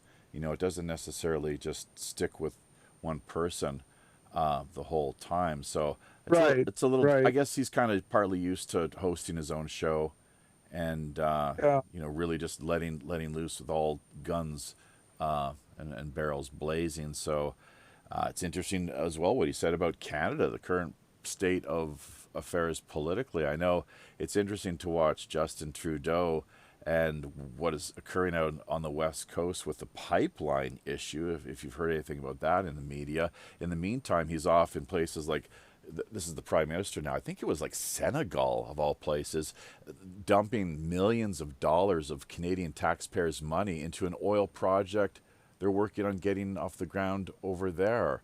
So who knows what it is? Maybe it could be the natives are not willing to play ball. They always want their cut, of course. Let's not kid ourselves. They always get their percentages and their payouts, So, and that was something that he really just kind of skated around without giving it any mention once again, and something that I think did indeed warrant some comment. But it was tough to, he doesn't want to be pinned down, I don't think, in any big way. And what more can you say? It's a fascinating area of conversation, of course, the whole legacy and history of Bigfoot. There's so much going on over the years, of course, with a number of sightings and kids being carted off. I'm not sure. There's another character, 411, I think is the number, as I recall.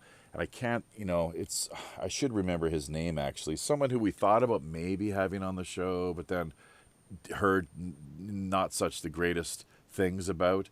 And people probably, some out there listening know who I'm talking about. This, is it John something or another? 411, Pallades? What's his last name? Pallades? 411. So there we go with that. And he's done a lot of research himself, Mr. P, Pallades, as I believe the surname goes, but something of a lightning rod for conversation, or at least he was a couple of years ago. Similarly, actually, with Tom here too, believe it or not, that was an issue I was going to bring up and raise with him, and unfortunately, he just he's out the door like a gunshot, which is something. Yeah.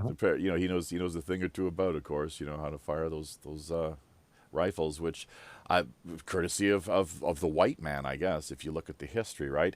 The alcohol too. He didn't. A couple times I mentioned alcohol. He just didn't want to. It's like, oh yeah, right, alcohol. No mention of alcohol. So, but yeah, because the smallpox, all the bad things. There's good things too. Come on, it's not like there wasn't a trade-off of sorts and deals that were brokered. No, trust me. No.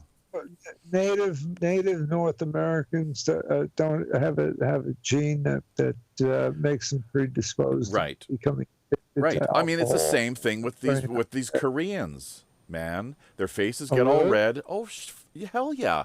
I mean, these are like Eskimo Mongols, basically, right? Genghis Khan. Hello. Yeah. So really, that's what people ended up on the pure Koreans. But there's been so much mixing and interbreeding, as it were, over the years with Japan and even as far as the Middle East. From what I can gather, India, you name it, of course, you betcha. So this talk of some pure Korean bloodline is absolutely just nonsense. But and there is no Korean race as far as I can tell. I like to see one. It's like there's a human race, and there's Asian people, I guess, and there's Caucasians, and a number of other types, categories. If you want to put people into paint them with that brush, as it were. But yeah, there we go. It was adventurous and definitely a lot of fun. We didn't quite get to a few of the things we'd hoped to, but there were as well a number of issues that and areas that were addressed, and he unpacked a great deal of content and information, opinions, and of course his website too, which he never actually did share with us, but we did get his Facebook added to the show description, so we'll probably even throw his Twitter and just the main website as well too, for anyone interested in perhaps booking, chartering some sort of tour. We never got around to even asking him how much the prices were or anything like that. But William F. Cuckley saying he got triggered. Where's the poop and hair? Sasquatch Guide. How do I get that gig? A big shout out as well to Mr. Spinks. And let's take a look at who else we got here. That, of course, Jennifer Knight way up there from the start of things, and I'm not sure if she's still hanging around or not. But a lot of people, of course, we are simulcasting, and a lot of people don't know that. But there's other networks which, believe it or not, are sharing our feed either live or in the form of a rebroadcast. So how about that, Pirate Joe? Things are definitely taking off here, and in large part to the help that people such as yourself have offered. So we very much thank you and salute your efforts. That's fine. That's all right. I just would like to have just a few questions answered. Well, let's talk about then, just you and I. If he's gonna bugger off and do whatever, then let's just wrap it up here. What exactly? I wanted to know if they ever found any rudimentary structures, right? Even an overnight campsite, right? They have the ability to create fire, bury the dead, detritus. Well, not detritus so much as dung. Hey, do you know the Korean word for dung, Joe? No. Dong. D-O-N-G. Dong. No. Do you know the Korean word for many? No. Mani, manta. These are not new words either, by the way. These are old words. Belly or bay, and where it's what is it? The belly, the bay, the baby. It's not the queeby. It's not the palbi. It's the baby. There's other examples too. I'm not going to get into. The point really is just the way that with world culture and peoples over the years have evolved. He didn't really like my little pirate joke there. I'll revisit that one in case people missed out. But could have got a little triggered there by that one. Yeah, it's like how dare you? You can't. Oh, that's not funny. What do you get? Yeah, what you know what you get when you cross a Bigfoot with an Indian princess, don't you? No idea. Squaw snatch. Come on. I mean, that's like one of the oldest jokes from where I grew up. I mean, central interior British Columbia, it's you hear it everywhere. And why he was not familiar with that one, I don't know. But yeah, not much of I don't know much. He's got some good little one-liners and zingers and quite a talker. But here's the thing: is that I was going to actually ask him about this because apparently he disrupted some. He got into some hot water, and you can actually do a web search on this if you want. I was going to have the link handy here, but the story is out there. Might have been covered by the CBC and others, but he actually was caught up in a bit of a scandal where he was found to have disrupted some traditional burial grounds. So we're gonna just native burial grounds. Something like that. He kind of just shrugged it off as let's see here. No, that's not gonna do it. So Bigfoot, maybe that might work. Just type that in here, the search engine. Sewid. It's not Sewid, remember everybody, just to get it right. It's not Sewid, it's Sewid. You gotta watch out for that. Or it's not Karen, it's Karan. That sort of deal. So I get it. Yeah. Oh geez. What else do we got here? So Sewid, and there's some people have to. Unfortunately, it's not coming up here, wait a minute. So he was on Midnight in the Desert, was he? I think he might have been. No, maybe not. Well, here's the deal. I wish I had the link, because he did, and I was hoping he would address that, because there's a story that only goes back just a little while. Why don't you take over, Joe, here, run a little commentary. I'll try to track the story down while I mute myself here, okay? Think you can handle that? Yeah, maybe see if he's still in Skype. No, it's done. He's gone. He's just happy sailing. That's a shame. He had basically 1 hour and 15 minutes. Sure.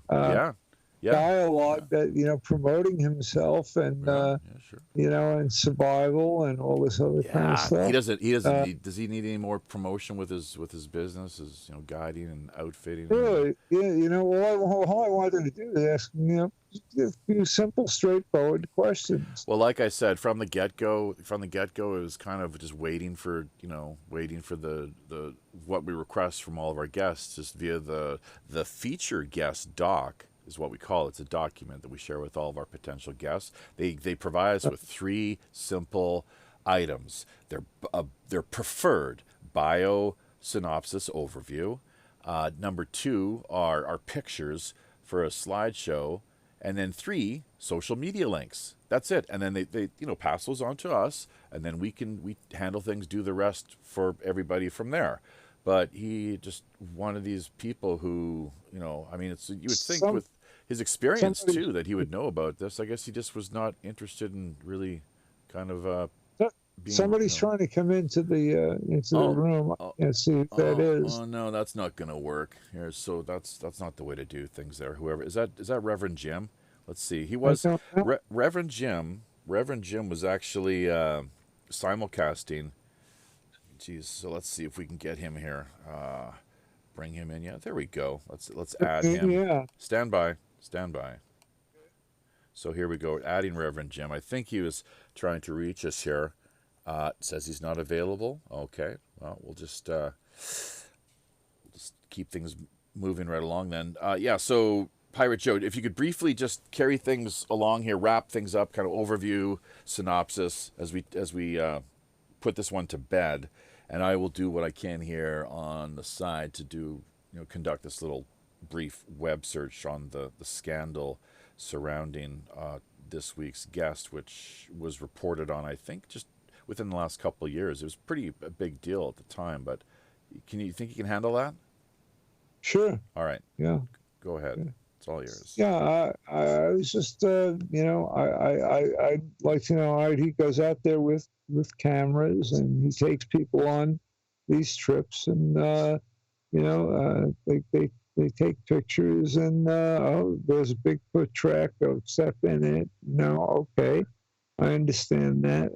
Respect these creatures. Okay, I understand that. But, how is he respecting these people? If they're people at all, okay, if he's taking taking outsiders, that not even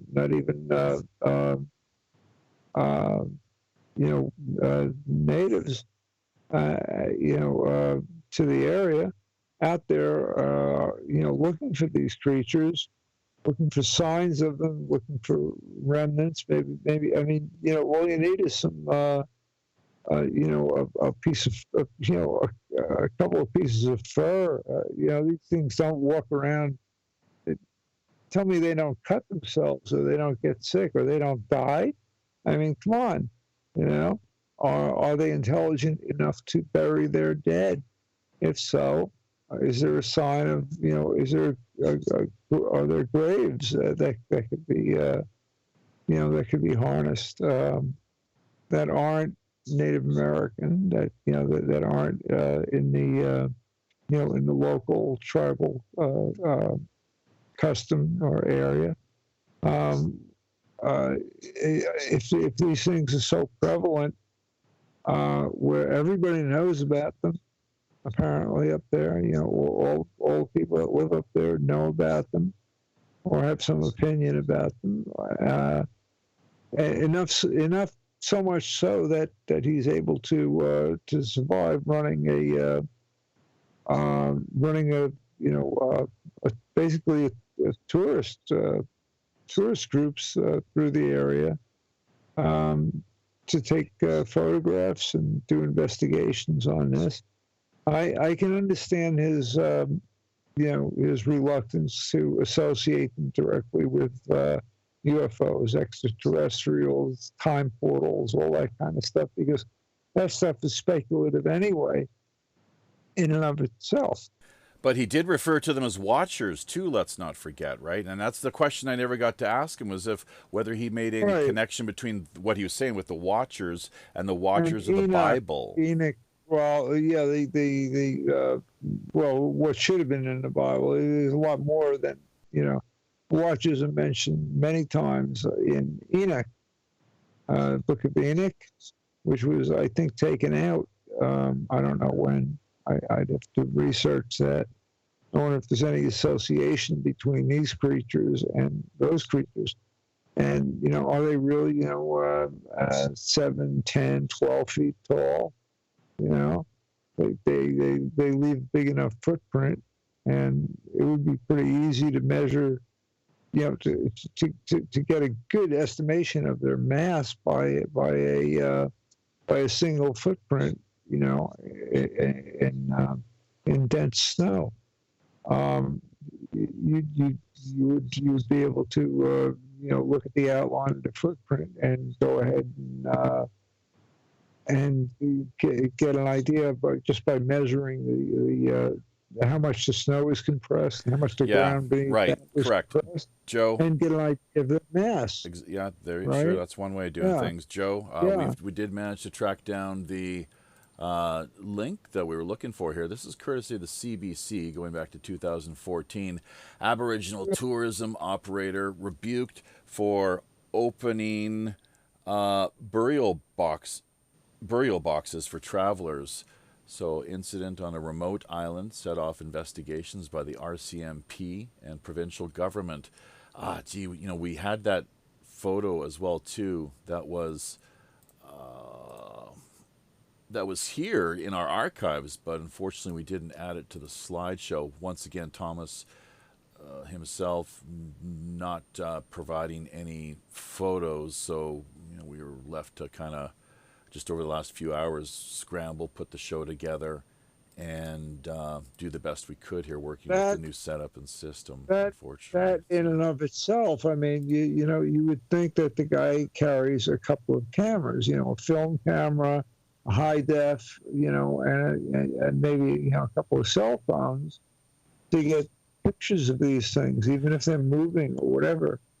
Okay, I'm sure people in his tour groups have all kinds of equipment. I would have liked to have known, approximately how many people have actually seen this that he knows about directly. Here's another good one. Good one. I'd never seen this before. I'm not sure how recent this is, but This is just this past March, actually. Fisherman flings explosive at sea lions, sparking controversy. Was this, now who was this exactly? I don't know why his name came up here, but anyways, the society wants Canada's Department of Fisheries and Oceans to expand Indigenous harvesting rights, as if they don't already have enough. It's pretty. The Society's Facebook post, written by Thomas Sewid, begins by describing the scene before the explosive device was tossed. This is what the herring test boats are dealing with at night right now. Theoretically, darkness brings the herring to the surface, which makes it easier to catch them. The test boats are to toss rings with nets and drag up about 50 pounds of herring to sample for roe percentage content from the nets. So, well, that's interesting. I'm not sure. Dynamite fishing. Yeah, I'm not sure if he's on board with that, if he's down with that. I think I've heard that that's the long-standing practice among. Is it a long-standing practice among natives? I think I've heard that. It's basically they, in their minds, have license to do just pretty much whatever it is. Right? This is our land. Get the hell off of it, and just leave us alone or else, kind of deal. So that's Sure. at the extreme end of things, unfortunately. But yeah, go ahead. Reverend Jim is here and live. Oh, great! Yeah, he finally dropped. Good. Yeah, hey Jim, Yeah, I like his input on that too. Jim, you are simulcasting. Is that the case?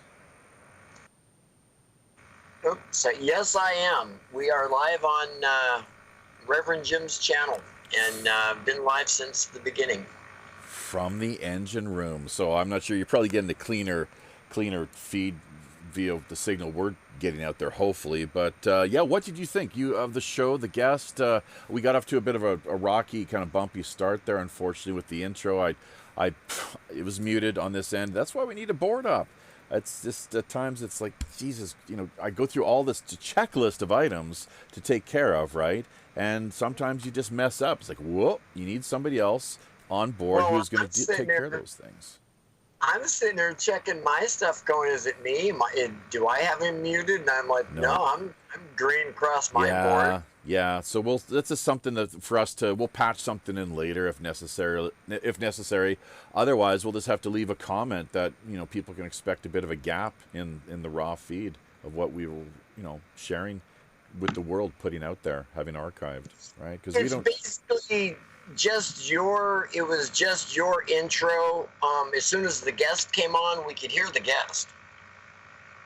So basically, the whole intro was not there. I know. It's just sometimes I just and to tell you the truth, I was a little not in the as focused and as in the zone from the get-go as I would have liked to have been, but I did enjoy actually having Tom. There's no doubt about that. It's just unfortunate that there was some great quality conversation along the way, and he freely shared his opinion regarding a number of items, and as is the that's every person's right to do, and we encourage and welcome them to do that. And now's as good a time as any, of course, to remind listeners that the views and opinions expressed on behalf of myself, your host, and our guests do not necessarily reflect those of either the wider audience nor the show's sponsors. So there we go. Standard disclaimer, as always. Reverend Jim, I know you like that one. Now, Seattle area, and that's where he's active all along the west coast there, between, right across the border is what it seems, presumably. So, he's got free reign of that whole, just for miles and miles, as far as one could possibly imagine, which is great, of course. It'd be it'd be ideal if that was the everyone shared the same rights, which I don't think, when it comes right down to it, we do, and that's what sometimes leads to problems along the way, unfortunately. But what are your thoughts on Sasquatch and the guest this week? You've probably heard a thing or two. Do you think that whole the UFO, George Lucas, Chewbacca way of seeing things as a potentiality is completely absurd and off base? Why can't we ever capture a clear image of these creatures, and why can we not ever have it so that they fully present themselves, like as with this smallpox story that he shared with us that had been passed on down to him through his elders. Seeing them there, witnessing in en masse, in physical form, as much as you can really ask for. And to me, that makes a very strong point. Their numbers were decimated, just like we did with our known native tribes with the very same disease. We decimated the fucking native Indians. Excuse my language, wasn't supposed to do that. We decimated them.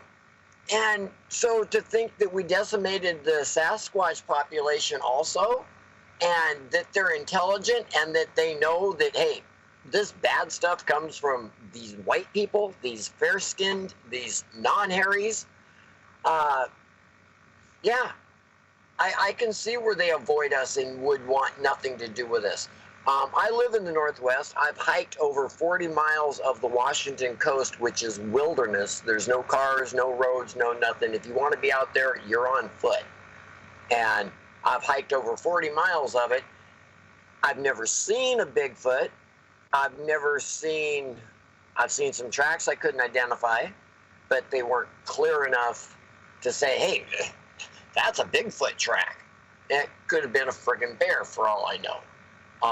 Their hind print leaves a pretty big print. The front one's not so much, but the back one does. But I have seen branches bent in ways that strong winds don't quite explain. And it's like, yeah, okay, maybe the wind could have done that, but that looks more like that tree was stuck underneath that other tree, didn't get blown there accidentally. So it's like, yeah, but as far as an actual Sasquatch, no, I have not been fortunate enough to see one. Do I believe they exist? Yes.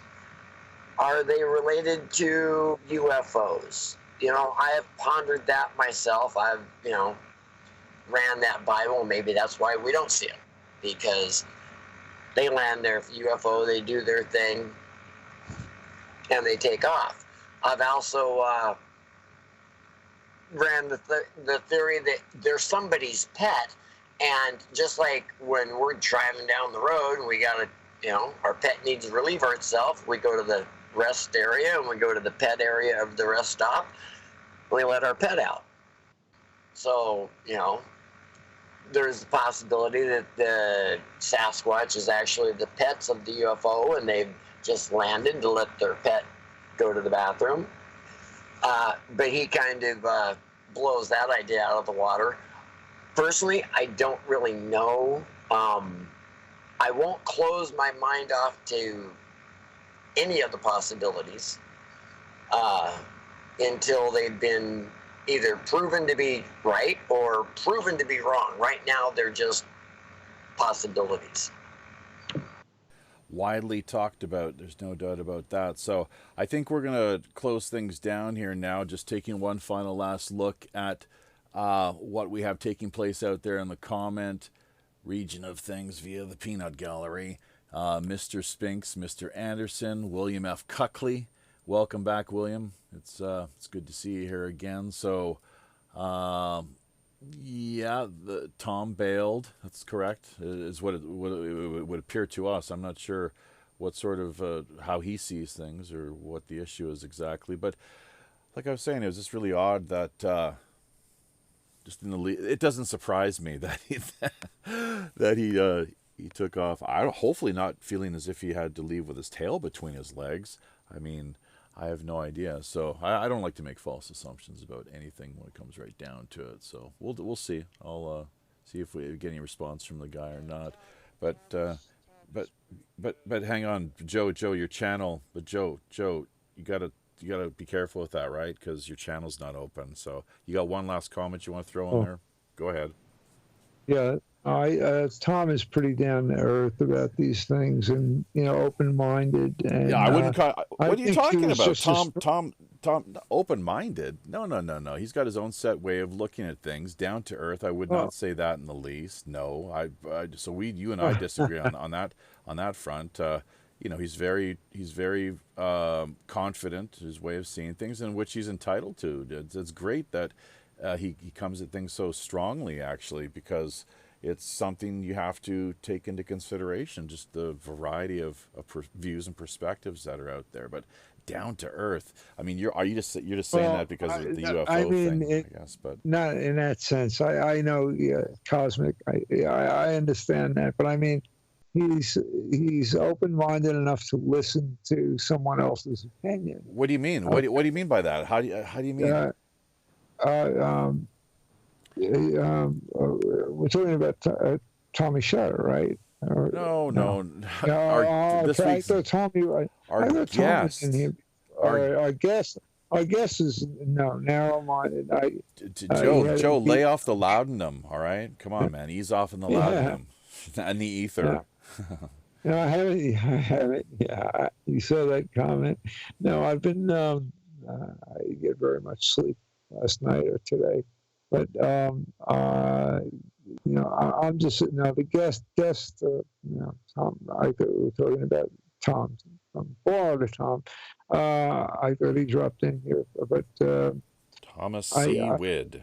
Thomas Sewid. And be careful with the expert thing. I guess I would consider him very well versed and educated in the area. He seemed like the expert thing was not something he was too keen on having associated with himself. But he's very knowledgeable. There's no doubt about that. Give him credit. Right before he got off, he started rambling on about putting weapons in PVC pipes with ammunition and so forth. Right. They head out into the woods. Right. And all of a sudden, boom, he's out of there. Yeah. As soon as I came on, I just wanted to ask. Shutting down the government and indigenous rights and how far are we going to take things, and what can we do to achieve our goals here? Fighting the guerrilla-styled warfare, whatever the deal is. I have no idea. I'm so far removed from what's taking place out in the west coast of Canada, other than what we just heard here today, which is great.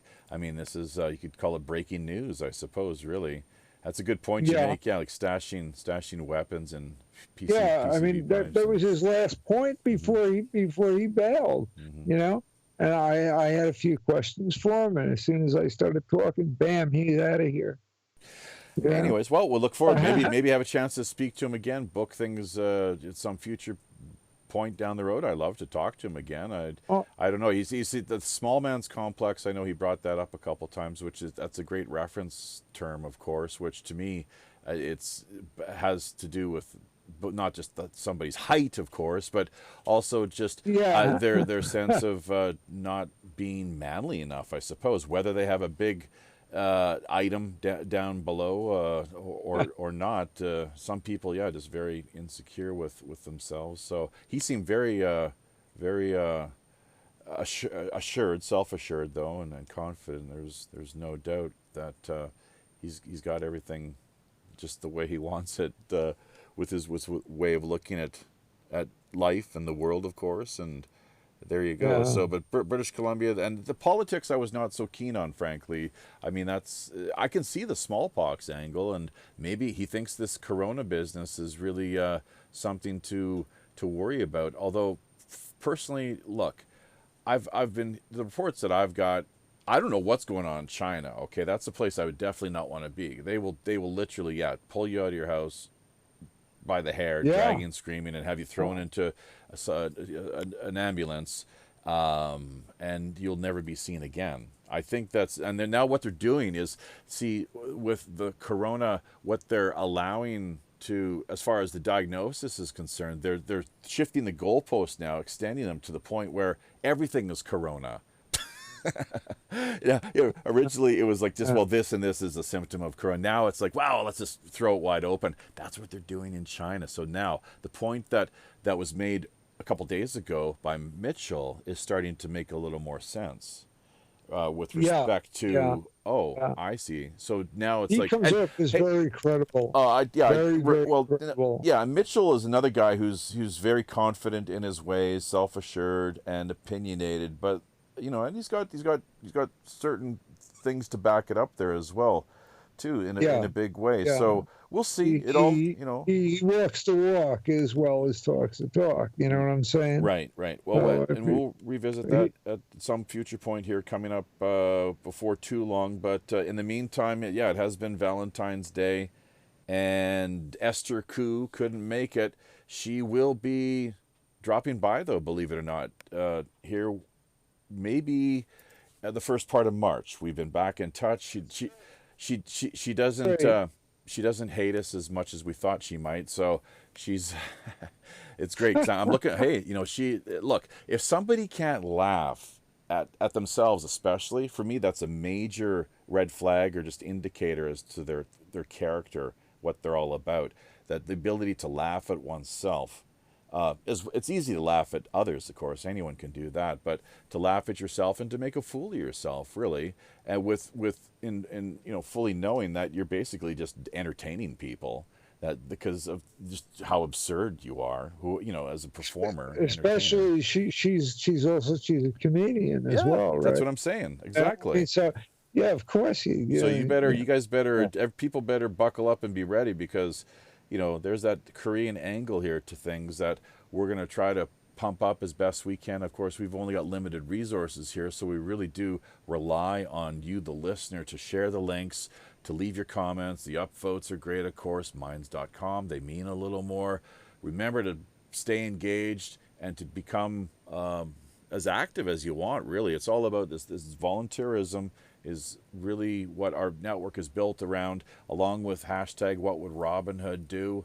That's why we have the redistributive plan in place, the formula, as it were, with any, if you send money our way, of course, PayPal, Pirate One Radio at protonmail.com, or, the minds.com tokens, or any other ways of contacting us, of course, and showing us your appreciation. That's always, it's something that it does mean a lot to us anytime, even just the sharing the links, of course, it does go a long way, help to spread the word, what is going on here exactly over at Pirate Radio Podcast with Jaffe and the rest of the gang. So a lot to talk about and revisit here, and recap and rehash this coming Tuesday night with the news. Next Friday, we've got InfoWars China, which should be quite something. And then following on the heels of that, the last week of the month is going to be Misha Popov, is who we have booked to return that Friday night. So 8 p.m. Pacific Standard Time, 11 out on the East Coast, as always, both Tuesday and Friday nights. Here in the Asian time zones, it's 1 p.m. in the afternoon on Wednesdays and Saturdays. So not until the daylight savings time kicks in do we have to worry about taking care of things here time-wise on our end. That's what we do. We adjust things here, dial things back down to 12 noon, and but always in the West. Folks out back in America and Canada, of course, too, it's the same time as always. So until somebody tells us to change that, we're going to continue to do our thing here. Galactic Perspectives as well, too, let's not forget. And that's a place where, Joe, you have dropped by from time to time over the last little while. Tommy's show, 5 p.m. Pacific Standard Time on the West Coast. That's 8 out on the East. And, of course, that kicks off every Thursday night. It's a Friday, 10 a.m., Tokyo and Seoul. People want to write that down, make a note of it. And it's a pretty, as you can imagine, with the galactic perspective theme overarching, that whole vibe taking place, that's really where we like to focus and explore the realms of consciousness, ufology, and anything really that's out of this world, including the possibility that maybe there is a Bigfoot connection to what's going on with respect to, I mean, why once again did George Lucas of all characters choose the Wookiee Chewbacca, have him showing up from out of from the heavens, essentially. Of course, Thomas, his way of looking at things was that it's a feral creature, and it could very well be. I have no idea. It's a plausible theory and something definitely worth reflecting upon. They're spiritual creatures, much as we are ourselves, I suppose. But what he said as far as mirroring, I think, is really important. Allowing people, Bigfoot, their space, and anytime, of course, going into the bush, you want to make a little bit of noise just to let whoever it is that may be in the area know that you're coming. Not unless it's some sort of stealth attack, of course. It's a little different story. But yeah, typically when out in the bush, I know it's the sort of thing that I like to do is make enough noise to let animals know that something else is coming up and along the way, soon going to be meeting and encountering. So having said that, yeah, I guess that's about it. Sorry once again for the way that we messed up the intro, but I had a great time, and we will definitely be back Tuesday night. Reverend Jim, any closing comments, or just way that you'd like to say goodnight as far as the conversation? I would just like to wish my D-Life family thank you and stay safe. Oh, and I wanted to welcome Twinny. I saw came over and followed WPRPN, and so did a couple other my friends that I should call out quickly. Hillary came over and followed, and a few other people. Tried to get more, but I don't know, maybe next time around we can generate a bigger audience. But I want everyone to stay safe. This coronavirus, we know it's man-made. We know whether it's been slipped out on purpose or not, we don't know. Stay safe. If you can avoid crowded places, I would for a while. That's about it. We'll catch you on Tuesday. Straight out of Harvard University, as far as I can tell. We'll maybe get into that more Tuesday night. Pirate Joe, just any last brief closing comments? No, I think that was a great commercial for his tourism his tourism trade, and not much more. I would have liked to really, not grill him, but at least ask some straightforward questions and get some straightforward answers. But you can't count on every guest for that. But he got his word out, and I guess that's what's important to him. I'll find him on Facebook. I'll put it to him on Facebook. So, all right, thanks for having me on.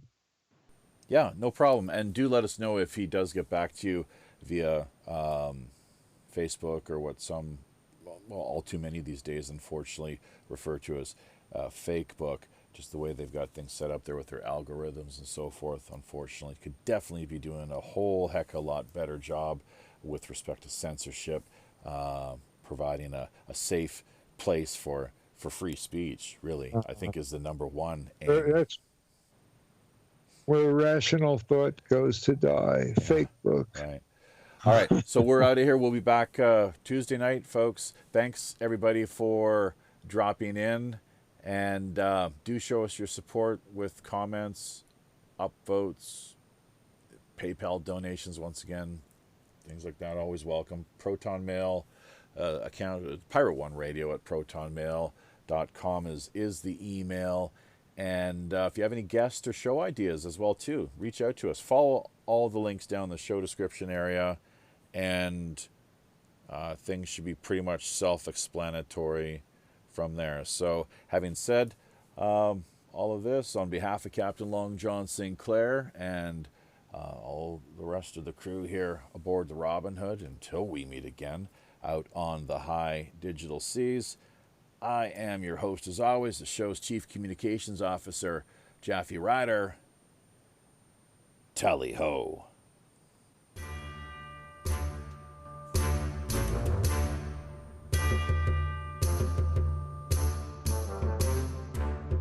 Aye now, there we be. Having carefully looked over each of our navigation panel instruments, checking every level, switch, dial, cable, knob, and pulley, by all accounts and indications, we indeed see it's time, once again, to drop anchor inside Mystic Bay. Draw an end to yet another week of World Pirate Radio Live. Remember, if you're looking for a little more animated online action, keep in mind we've likely got yet another great free-flowing Rogues Gallery after show coming up for the next hour in one of our more premium, exclusive, and remote digital underground online pirate hideaways. Also, if you yourself have a new, novel, intriguing, or otherwise underreported idea, unique individual, or pressing item in mind, be sure to either drop us a line directly over on WPRPN.com or fire us a quick email via PirateOneRadio@ProtonMail.com. We're always open to exploring fresh creative suggestions, intriguing guest ideas, cutting-edge discussion topics, and captivating themes. Remember, WPRPN.com member site subdomain links are also always available.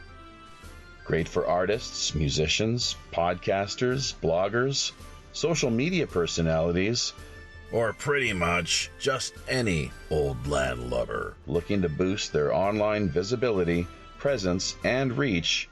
Basic personal profile accounts can be launched for just $60 per year. Staking your claim now helps not only strengthen you and the network, we're also looking out for the little guy. That's right, folks. As much as half of all WPRPN's profits are redirected right back into the hands of the people who really need it most. Community charity. After all, we are the Robin Hood. You can further embark on your own personal pirate journey by either liking, sharing, commenting on, subscribing to, or just following us via virtually any mainstream social media platform, including Twitter, Facebook, Gab, or Minds.com. So don't forget to become engaged. Until we meet again out on the high digital seas, I'm your host as always, the ship's Chief Communications Officer, Jaffe Ryder. Tally ho.